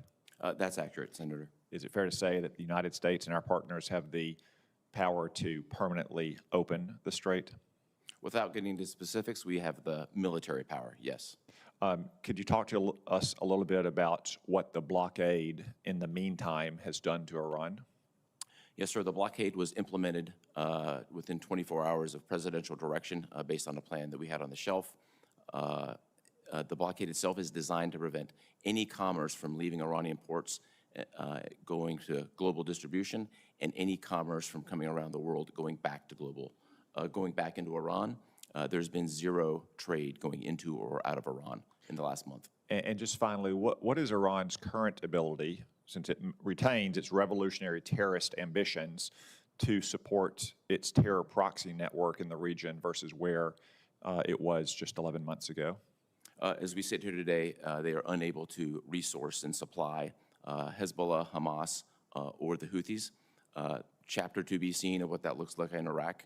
New prime minister wants to distance himself from Iran, but we'll see. That's what it is committed to. We'll see what that looks like. So they can't support their terrorist proxies. They're years and years away from reconstituting, if at all, their missile and drone forces and their nuclear program, and they're a generation away from rebuilding their Navy. Seems to me like a little bit better position than we were relative to Iran under Barack Obama and Joe Biden's disastrous nuclear deal. Thank you. Thank you, Senator Cotton. Senator Slotkin. Thank you, gentlemen, for being here, and thank you for what you're doing. I'm going to direct my questions to Admiral Cooper, excuse me, and I'm going to give a good pass to my fellow Michigander from Ypsi, Michigan. We're happy to see you in service. Thank you for what you're doing, and you're always welcome back home when you retire. I think I feel like whatever feelings I have about the imminence of the threat from Iran or not, we want our military to come through this war as successfully and safely as possible. I am interested in making sure we get out of this quickly and safely. And I have actually no doubt that with all the firepower we've used in this war, that we've degraded their nuclear capability, their ballistic missile capability, their terrorism capability. And as someone who served 3 tours in Iraq, I saw that terrorism up close and personal. But it is hard to say, sitting here with the Strait of Hormuz closed and every American feeling a deep, deep spike in the price of gas, and that we're only in the beginning of that, that we can't say we are overall better off until that strait is opened. And while I believe we could militarily open the straits, it seems to me that the Iranians have strategic geography. They have the ability, even though it's degraded, to project power onto things like the oil infrastructure in places like Saudi Arabia or Kuwait or anywhere they want, further hurting the world economy, the United States. Do you believe, is that correct, that while militarily we may be able to physically open the straits, that they still retain the ability to affect infrastructure in the region and therefore kind of have a veto power over the world economy right now? Senator, from a military perspective, I would characterize Iran as having a remnant capability across multiple domains. In terms of veto power, I'd really would defer to policymakers for that characterization. But, sorry, can they strike oil infrastructure across the Persian Gulf? They have a very moderate, if not small, capability to continue strikes. And we, of course, have accordingly prepared for such a contingency. Okay, but if we have the power to militarily open the straits and their threat is, quote, moderate or small, why wouldn't we just do it? So I really would defer to policymakers in this particular matter, and the strait clearly is in the middle of the negotiation being undertaken now. Yeah, I mean, it just seems to me that they still certainly have, it may be diminished power, but if the United States military is not physically opening the straits right now, it's because the Iranians do have the real capability to affect strikes or drone strikes into the Gulf countries, affecting their oil infrastructure and sending the price of oil worldwide even higher. So, it may be diminished, but it's real capability unless I'm missing something. Can you describe for me, I'm very sensitive about the way that countries like Russia or China may be enabling the Iranians to target and kill American forces or to provide intelligence on their locations in real or near real time. Is it fair to say that the Chinese are providing intelligence to the Iranians to help them target U.S. forces?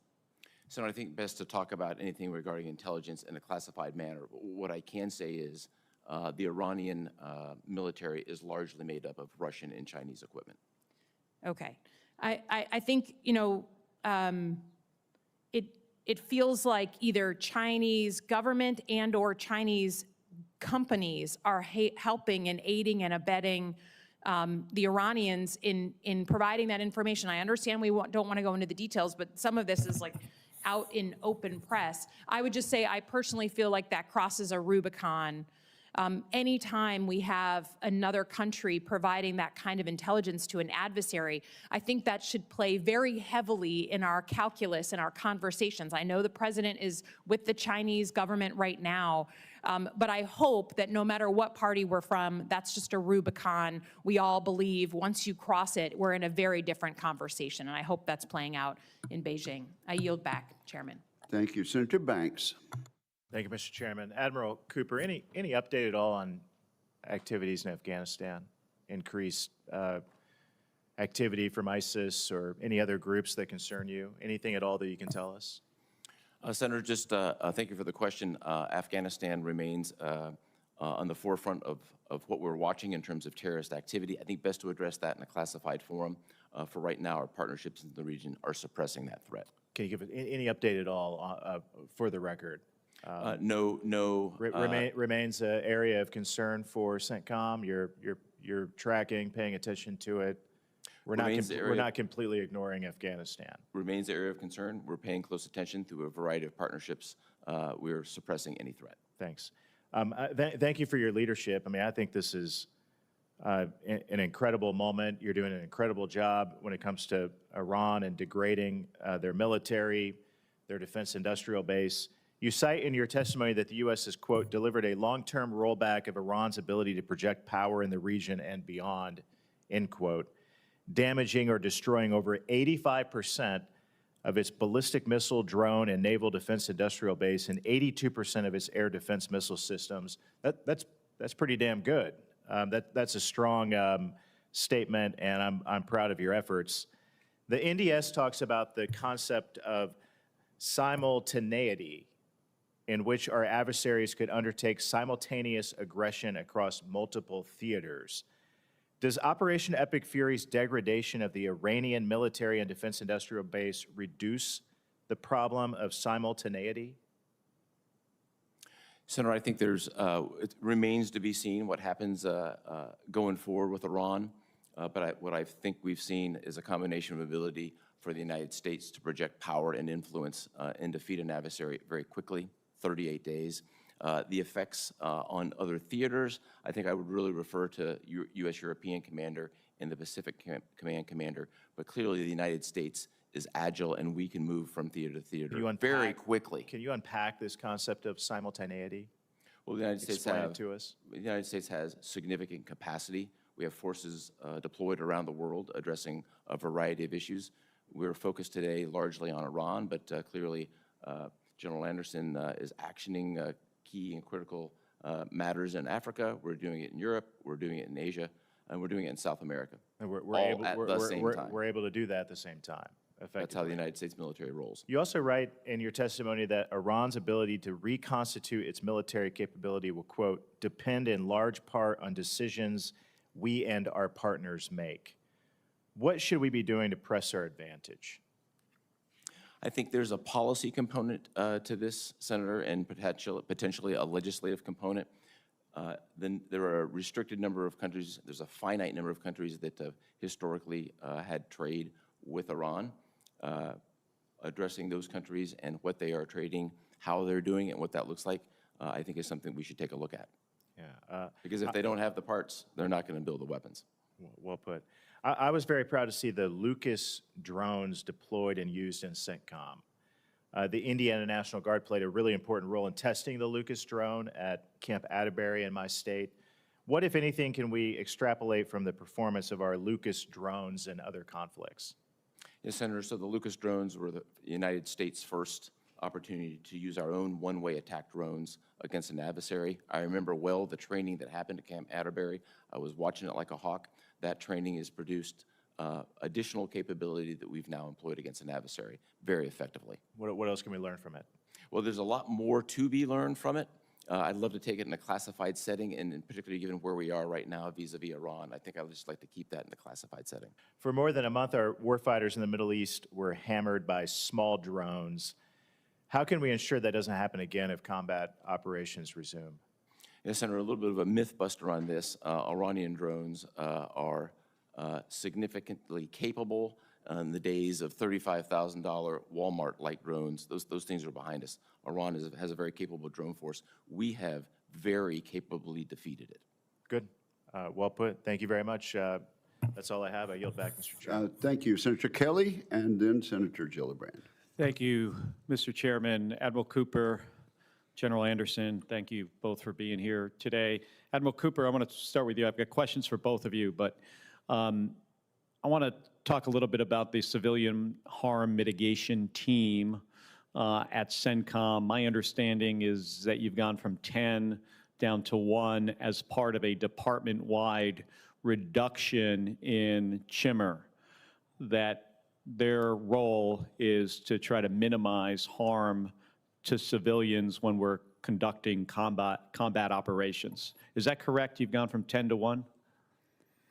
Yes, sir, that's the billet, but there's a larger component to this. Over a course of years, we've gone from compliance to civilian casualties and risk mitigation being just part of the culture. There are dozens, if not hundreds of people who are involved in this process. What did those 9 individuals do who were removed from their jobs? They're now integrated in other capacities. They've retained other capacities in the joint, what we would call joint But what fires. were they doing when they were part of the civilian harm mitigation team? They're playing a key role in helping us move from compliance to culture on CIFCAS, focusing on it every day, which they continue to do. So by your estimates, how many civilians have been killed or injured over the course of this war? The investigation on the one incident that we've had after more than 13,000 strikes is still underway. We'll certainly be transparent, release that when we can. This is a matter that I'm passionate about. I'd like to use the occasion to invite you, other members of the committee, and your staffs to Tampa to take a look at what our targeting process looks like. If you were to find out that there was an error in the targeting process, would you reinstate some of those people that were removed from that team? Sir, it's a hypothetical. I think I'm always looking to organize to purpose, and we'll just see what the investigation Are you shows. taking any additional steps now because of the civilian casualties to date? We have taken additional steps. Our additional steps have been very proactive throughout Epic Fury. Our staff specifically warned the Iranian people more than 100 times about the threat of them being used as human shields. I personally warned the Iranian people on March 8th, 11th, and the 23rd that they had the potential to be human shields, and that communication was very effective. So again, we're moving not just targeting, but a proactive measures to minimize. All right, well, civilian thank you casualties. for doing that. General Anderson, so China and Russia continue to expand their influence across Africa. We discussed this with misinformation, disinformation across many African countries. You requested $94 million for information operation activities. You were promised, and this is in fiscal year 26, you were promised $25 million from the department. You ultimately received only $19 million. Could you talk about the difference between having $19 million to do that job and $94 million? Like, what are you able to do if you were fully funded? General Anderson, I get it. I mean, we see this stuff all the time. The amount of misinformation that comes from the Chinese and the Russians, it is a huge problem. But if you could just explain to us a little bit about what you could do if you had the full request. Senator, I think the key point there is right now we are in a reactionary mode to propaganda and to other information operations to what we can do at the moment. What the fuller funding would do, especially if it's consistent over time, would allow us to build an information campaign and address these issues across the continent. We're one of the few organizations that looks across the entirety of the continent and can understand how these propaganda and misinformations play across borders. We work very closely with the State Department and U.S. embassies on this to make sure our messaging is key, but this would allow us to do is help coordinate that messaging across regions and across the continent to highlight the issues that come with this misinformation, especially as much of it is destabilizing the democracies across the region. Do you ever feel like we should be countering some of their disinformation with disinformation of our own? Sir, I think the most powerful tool we have is the truth. What America brings is very unique. We're still a beacon of hope and light in the world, and I think we should be willing to talk about who we are. This is America's 250th anniversary. There's a long history on the continent that is, I mean, it's good and bad, but there's a lot of good that we can talk about of what America brings. The fact that John C. Robinson founded the Tuskegee Airmen, 2 years later founded the Ethiopian Air Force, and then went on to found Ethiopian Airlines, which is now the pride not only of Ethiopia but Africa. It's not a story that's well known, but that is a tie that we have had between the aviation communities for years. There are multiple stories like that across the continent that we need to propagate and talk about. So I would say we should focus on the goodness and the positivity of engaging with America and worry less about the disinformation that our partners put out, but we have to engage in this environment. We have to be active in the information space. So you got about 25% of the request. So if you got the full amount, you could put more out there, positive stuff that the United States is doing. And I know these are, challenging times with resources, even beyond what DOD has, USAID and others. But do you think that would be sufficient to counter Chinese and Russian misinformation? Senator, I think information operations is one of the lower cost investments that we can make that have outsized return and help amplify the limited resources we have in the military side and highlight the benefits that those provide. And being able to talk about that broadly, I do think has outside proportion. So small investments can have a large impact. And this is an area of information where I think we can make a lot of gains, even despite our smaller physical presence, that can highlight the totality of what the United States brings. I 100% agree with you, General, and we should really look into getting you the resources you need to do this job. Thank you. Thank you. General Anderson, I 100% agree with you. Senator Gillibrand. Admiral Cooper, we had Secretary Hegseth here a week or so ago, and we did not get satisfactory answers about Iran. So what is your mission in Iran right now? Senator, with Epic Fury now formally ended per the President's notification, we shifted our mission to a blockade mission in the following day, and we're implementing that mission in accordance with international armed conflict. That's our main mission today, as well as to be ready for a broad range of contingencies. And do you feel that President Trump's declaration that we have obliterated all of Iran's capabilities and their nuclear program, is that accurate? Senator, I speak from a military perspective. We have significantly degraded their drone, missile, and naval capabilities. We've fractured their command and control. We've eliminated the large preponderance of their space program. They, by every measure, are degraded significantly across all measures of national power. So what's your exit strategy to end the conflict with Iran? Senator, that's a policy decision. And don't you have to offer the president various exit strategies so he knows how to get from A to B?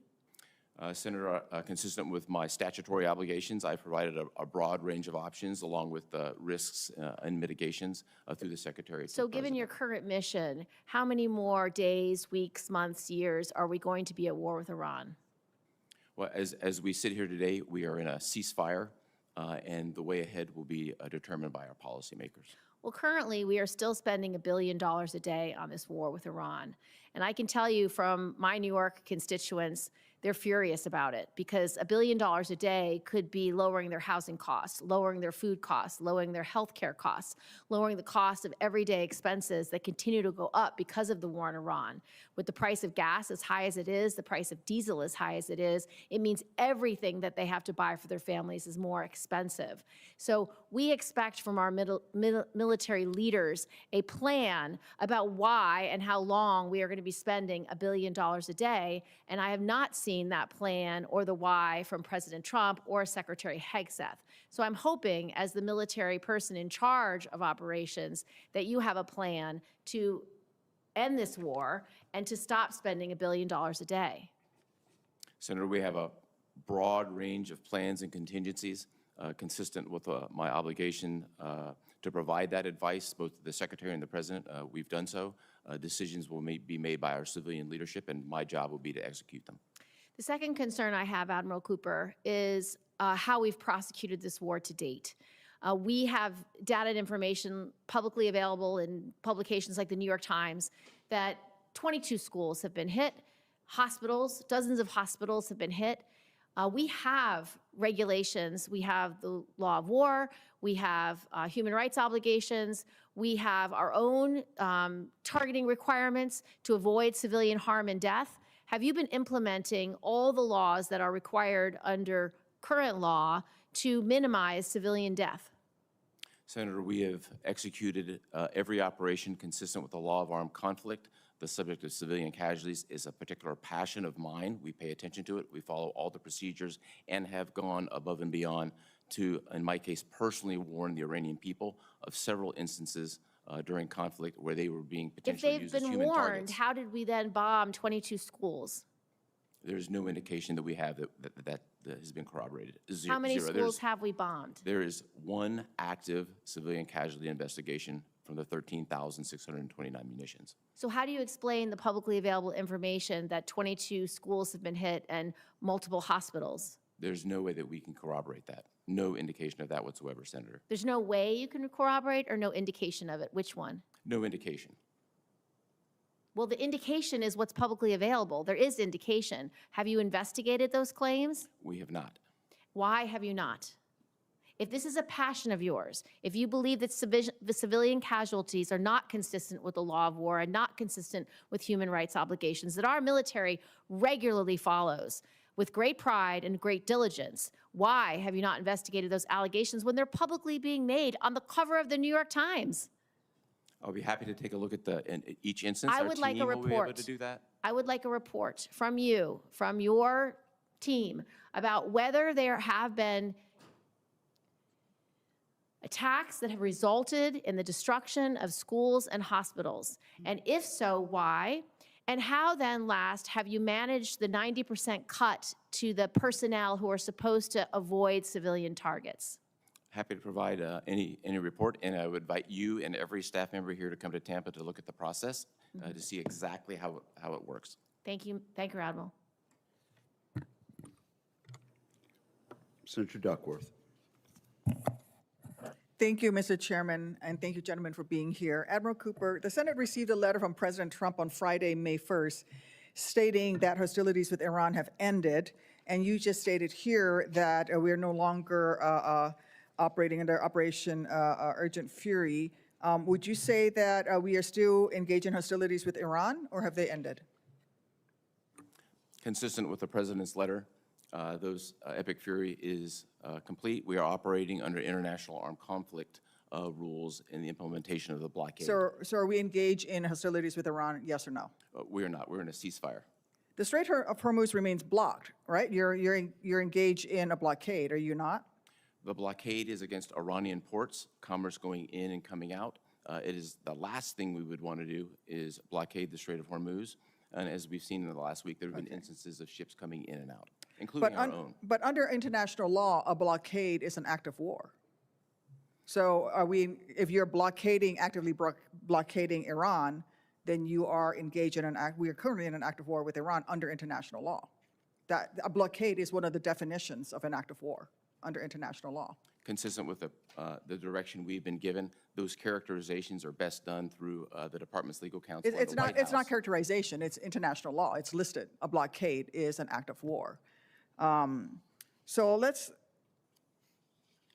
We've now engaged in the United States, and the United States and Iranian forces are trading fire as they continue to launch missiles, drones, small boat stacks. President Trump himself says the ceasefire is on life support, and he repeatedly threatens to renew U.S. military strikes. And to be clear, no one is disputing the valor and professionalism of our military. But the civilian leaders are abdicating their responsibility to craft a clear strategy, and service members and the American people are the ones who will suffer under this leadership vacuum. Admiral Cooper, before Operation Epic Fury began, what desired end state for the operation were you given by your civilian leadership? Senator, I was given crystal clear guidance. Our military mission was to degrade Iran's ability to project power on its neighbors and U.S. interests. It included 3 specific objectives: degrade Iranian ballistic missiles and their defense industrial base, degrade their drones and the defense industrial base, degrade their Navy and the defense industrial base. All of those were achieved, as I've discussed. And because they were achieved, that's why the operation ended, or did the operation end because the president said, let's end operation? Operations commencing and ending are made by our civilian leadership, and not a military decision. Okay, well, that civilian leadership, President Trump has provided many possible end states in only 2 months, including in just 2 months, he said unconditional surrender and regime change in Iran, which have not happened. He's talked about, operations will end when there's destruction of Iranian nuclear sites, allegedly already accomplished last summer under Operation Midnight Hammer. He has also said that Iran will never have nuclear weapons, which cannot be accomplished with only a bombing campaign. He said that his goal is to destroy the Iranian military forces and infrastructure completely, which the intelligence community assesses has not happened. And now, he said that it's a reopening of the Strait of Hormuz, which, as a reminder, was open before the war began. So if we don't know what we're fighting for, we certainly don't know how long we'll be fighting. Admiral Cooper, what have you been given? Have you been given any timeline for how long our forces will be in the Strait of Hormuz or near Iran or blockading Iran, whether by a timeline or a condition, an end state, for how long you'll be blockading Iran? Senator, I think it's important from a military perspective that my advice related to options be provided to both the Secretary and the President. We've done that. The decisions on timeline and execution are up to our civilian leadership. Okay. So you mentioned the Secretary of Defense, who only talks tactics, and a president who changes his strategy on social media multiple times a day. This is who's giving you the orders.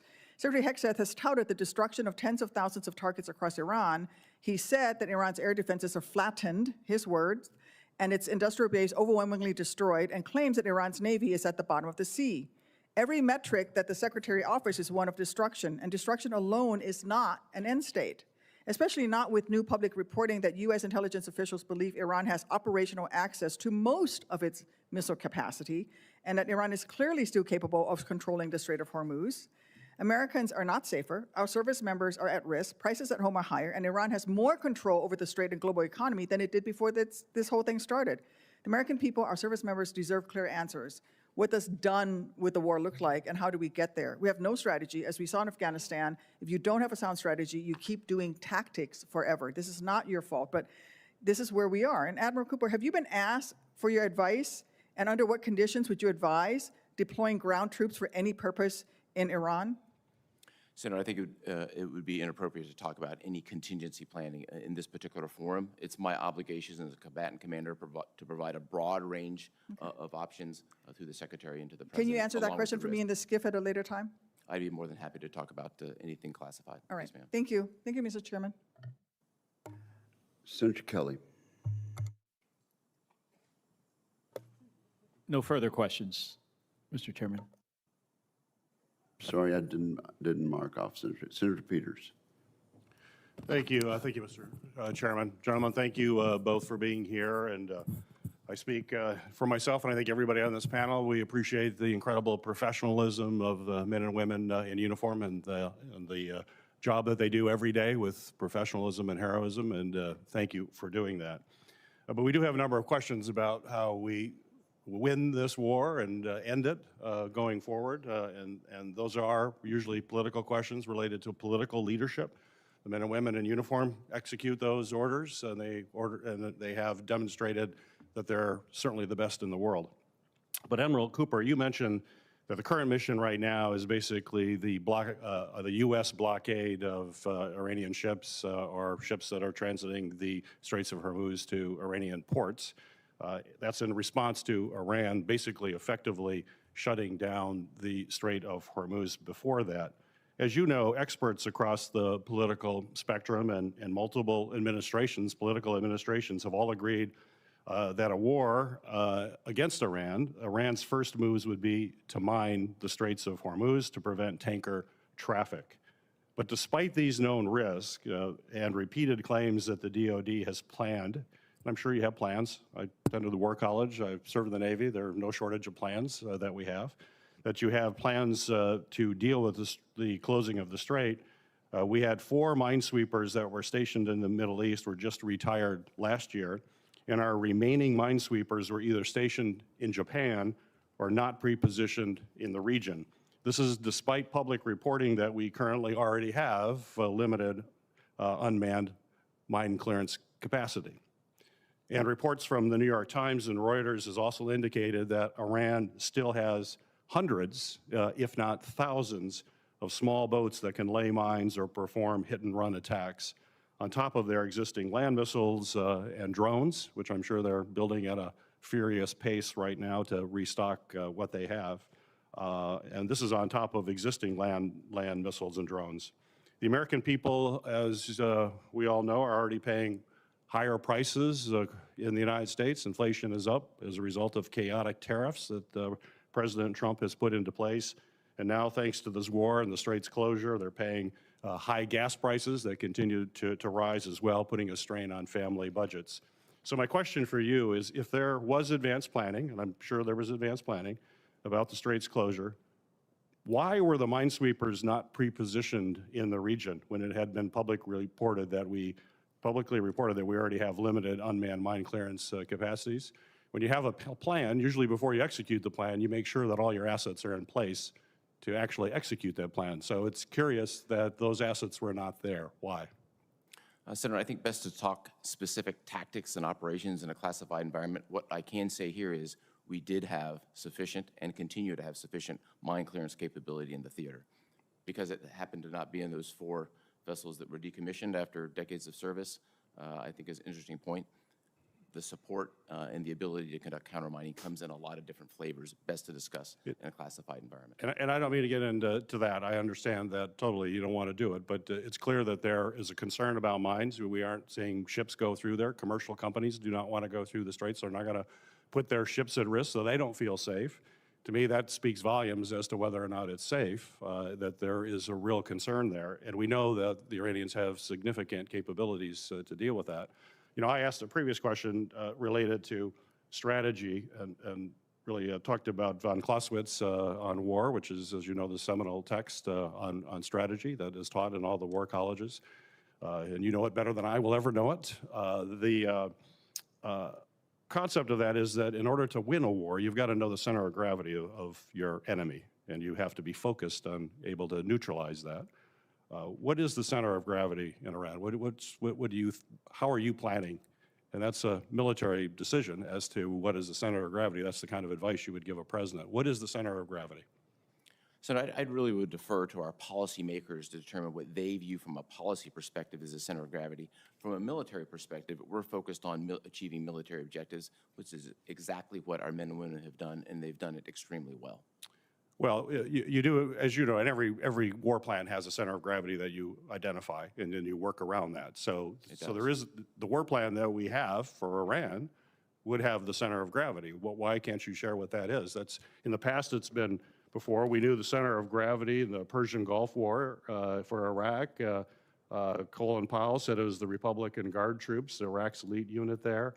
Obama administration in Afghanistan, Admiral Mike Mullen defined the center of gravity as building Afghan government support. They made this public. They weren't hiding the center of gravity, and our enemy knows what our center of gravity is, and we know what theirs is. There's no reason to keep that secret because the American people have a right to know what is it that we're trying to accomplish, and that's outlined very clearly in that term, a part of every military plan that is put forward. Yes, sir. I agree. Every war plan has a center of gravity, and those war plans are classified. I'd be more than happy to talk about it in a classified environment. Fair enough. Senator Rosen. Thank you, Chairman Wicker, and thank you, Admiral Cooper, General Anderson, for your service and your willingness to continue to serve our nation. Admiral Cooper, I want to talk about the International Stabilization Force. It's been publicly reported that CENTCOM is going to play a role in the proposed International Stabilization Force in Gaza. We'll just call it ISF going forward. Though many questions remain on what the ISF is, when it will be deployed, and how it will operate. So can you clarify the roles of the U.S. and CENTCOM in the ISF? Specifically, is the vision for CENTCOM to retain command and control, or is there a timeline and mechanism for transitioning oversight to a multinational or civilian-led structure? Senator, first, great to see you again, and thank you for the question. Our role can be simply defined as one of support right now. The International Stabilization Force commander who's been designated is also dual-hatted as the commander of Special Operations Command Central. He has about 45 members of the Joint Force presently working for him. We're really at the infancy of forming that International Stabilization Force. Thus far, there have been 4 countries who've committed to provide forces. And so I think as we look to the future, I'd be happy to come back to you on what that looks like. Later on, we're heading in the right direction, but we're just at the infancy of the process. Thank you. And speaking of heading in a direction, we need to talk about munitions sustainment, because Admiral Cooper, according to publicly available resources, the U.S. has fired at least 45% of its Patriot missile interceptors and more than half of its THAAD interceptors so far in Operation Epic Fury, and it's had to move air defense from other theaters. So can you talk to me about how this constrains our air and missile defense and those of our regional partners and allies like the Israel, UAE, and others who are also under attack? Senator, I have all the munitions necessary to both defend our forces as well as conduct a broad range of contingencies. Our partners also have the sufficient munitions necessary for defensive Do you have operations. estimates about how long it would take us to replenish or rebuild our stockpile? I would really defer to the folks who do this on an everyday basis, both in the department and the services. Thank you. I'm going to continue on you, and then we'll move over to General Anderson in a minute, because I want to just take a moment to talk about Lebanon, because I do appreciate that you've applauded the Lebanese armed forces for their efforts to disarm Hezbollah. While the current effort in conflict has demonstrated the extent to which Hezbollah is rearmed, a strong Lebanese armed forces remains the best pathway for Lebanon through which Hezbollah can be disarmed once and for all, and we know that needs to happen. So what can the U.S. do to support the Lebanese armed forces to ensure that they have the necessary capacity to disarm Hezbollah while also holding them accountable? Senator, taking on the disarmament of Hezbollah is a tall order. They've been funded by Iran for decades with billions of dollars, and Hezbollah is inculcated into every fabric of the Lebanese society. I think right now our continued commitment with modest dollars to the Lebanese armed forces is helpful. They have, in particular, several units who can do more. We have to be, I believe our commitment could be to provide the funding necessary so that they can do more. Thank you. I'm going to move over to AFRICOM now, General Anderson, because ISIS and al-Qaeda affiliates, well, we know they've spanned the African continent. And so understanding, of course, this is an open setting, can you talk about the extent to which these franchises, that they work cross borders within local settings to coordinate with one another, and the threat that this poses to our priorities in the regions? And do you think there's a need for a comprehensive CT strategy on the continent? And if so, could you outline again, considering it's an open setting, broadly what that strategy might include, please? Senator, I appreciate the highlighting of the transnational threat that both al-Qaeda and ISIS pose. I can say in this setting that ISIS has several affiliates across the continent that are coordinating more and more, whether that's in the Golis Mountains of Somalia or the Lake Chad Basin of Nigeria or in the Sahel, as well as Mozambique and others. So this terrorist network has to be addressed holistically. They have to look at the entirety of the network. It's not any single node anymore. And so as we look at this, I coordinate very closely with Admiral Cooper, because ISIS still has a strong presence in CENTCOM's AOR as well as al-Qaeda. As we look at this, the strategy to go after this is to work with our partners, those willing and capable partners, enable them first and foremost to take on this threat. When they are unable to do that, then bringing in only the unique capabilities that the U.S. can bring in order to address those threats. We've seen that in the Golis Mountains, where we've been able to bring intelligence, ISR, some limited strike capabilities that has been able to disrupt their leadership network.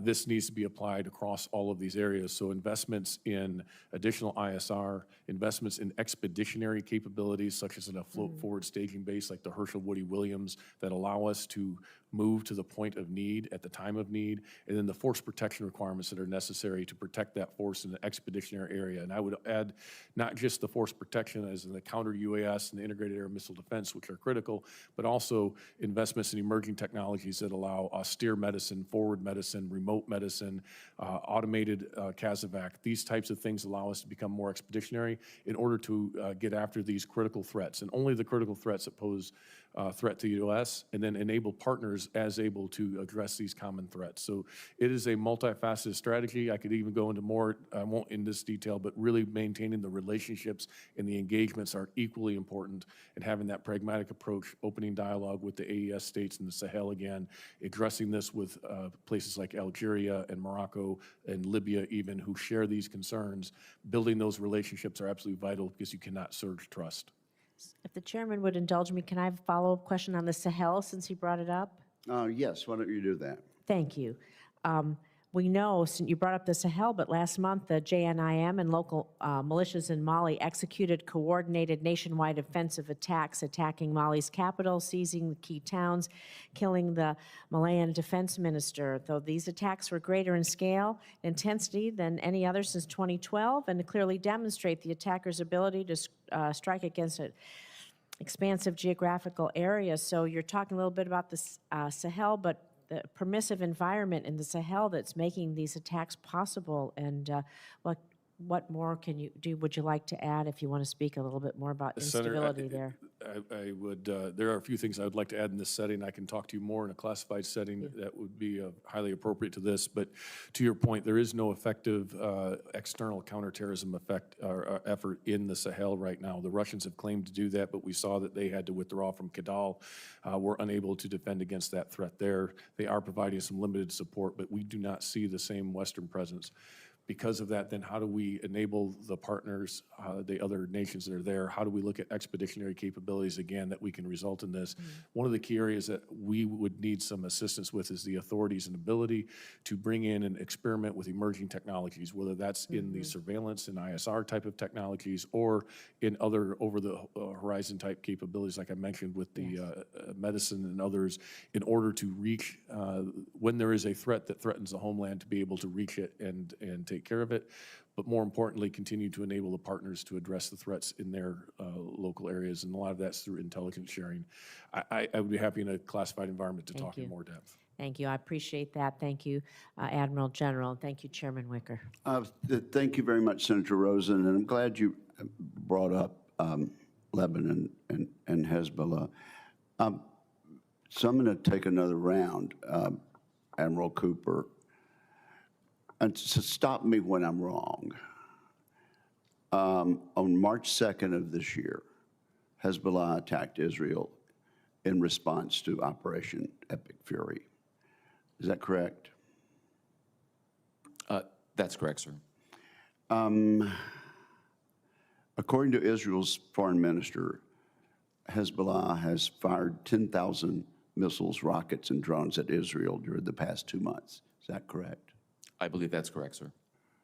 And in response to these attacks, Israel initiated a ground offensive in southern Lebanon, aiming to create an uninhabited buffer zone along its northern border and to push Hezbollah north to the Latini River. Is that correct?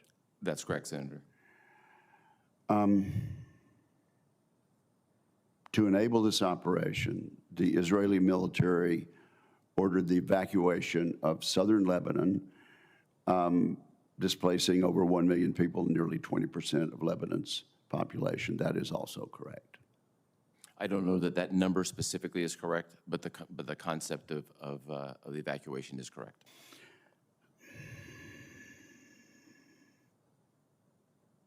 While governments of Israel and Lebanon declared a ceasefire in April of this year, Hezbollah Secretary General Naim Qassem announced that his organization would not recognize the ceasefire and would never agree to disarm. Is that correct? That statement is correct. Yeah, he made that statement.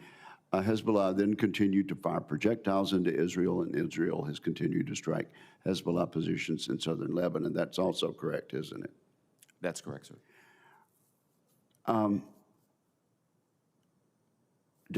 And I think Senator Rosen would wholeheartedly agree with me that peace between Israel, and I can't ask questions to my friend and colleague, but I think we would both agree that peace between Israel and Lebanon would be a wonderful development, and a wonderful development for America and for Israel. But peace between Israel and Lebanon depends on the Lebanese government having both the capability and the will to disarm Hezbollah. Has the United States provided the Lebanese armed forces with approximately $3 billion since 2006?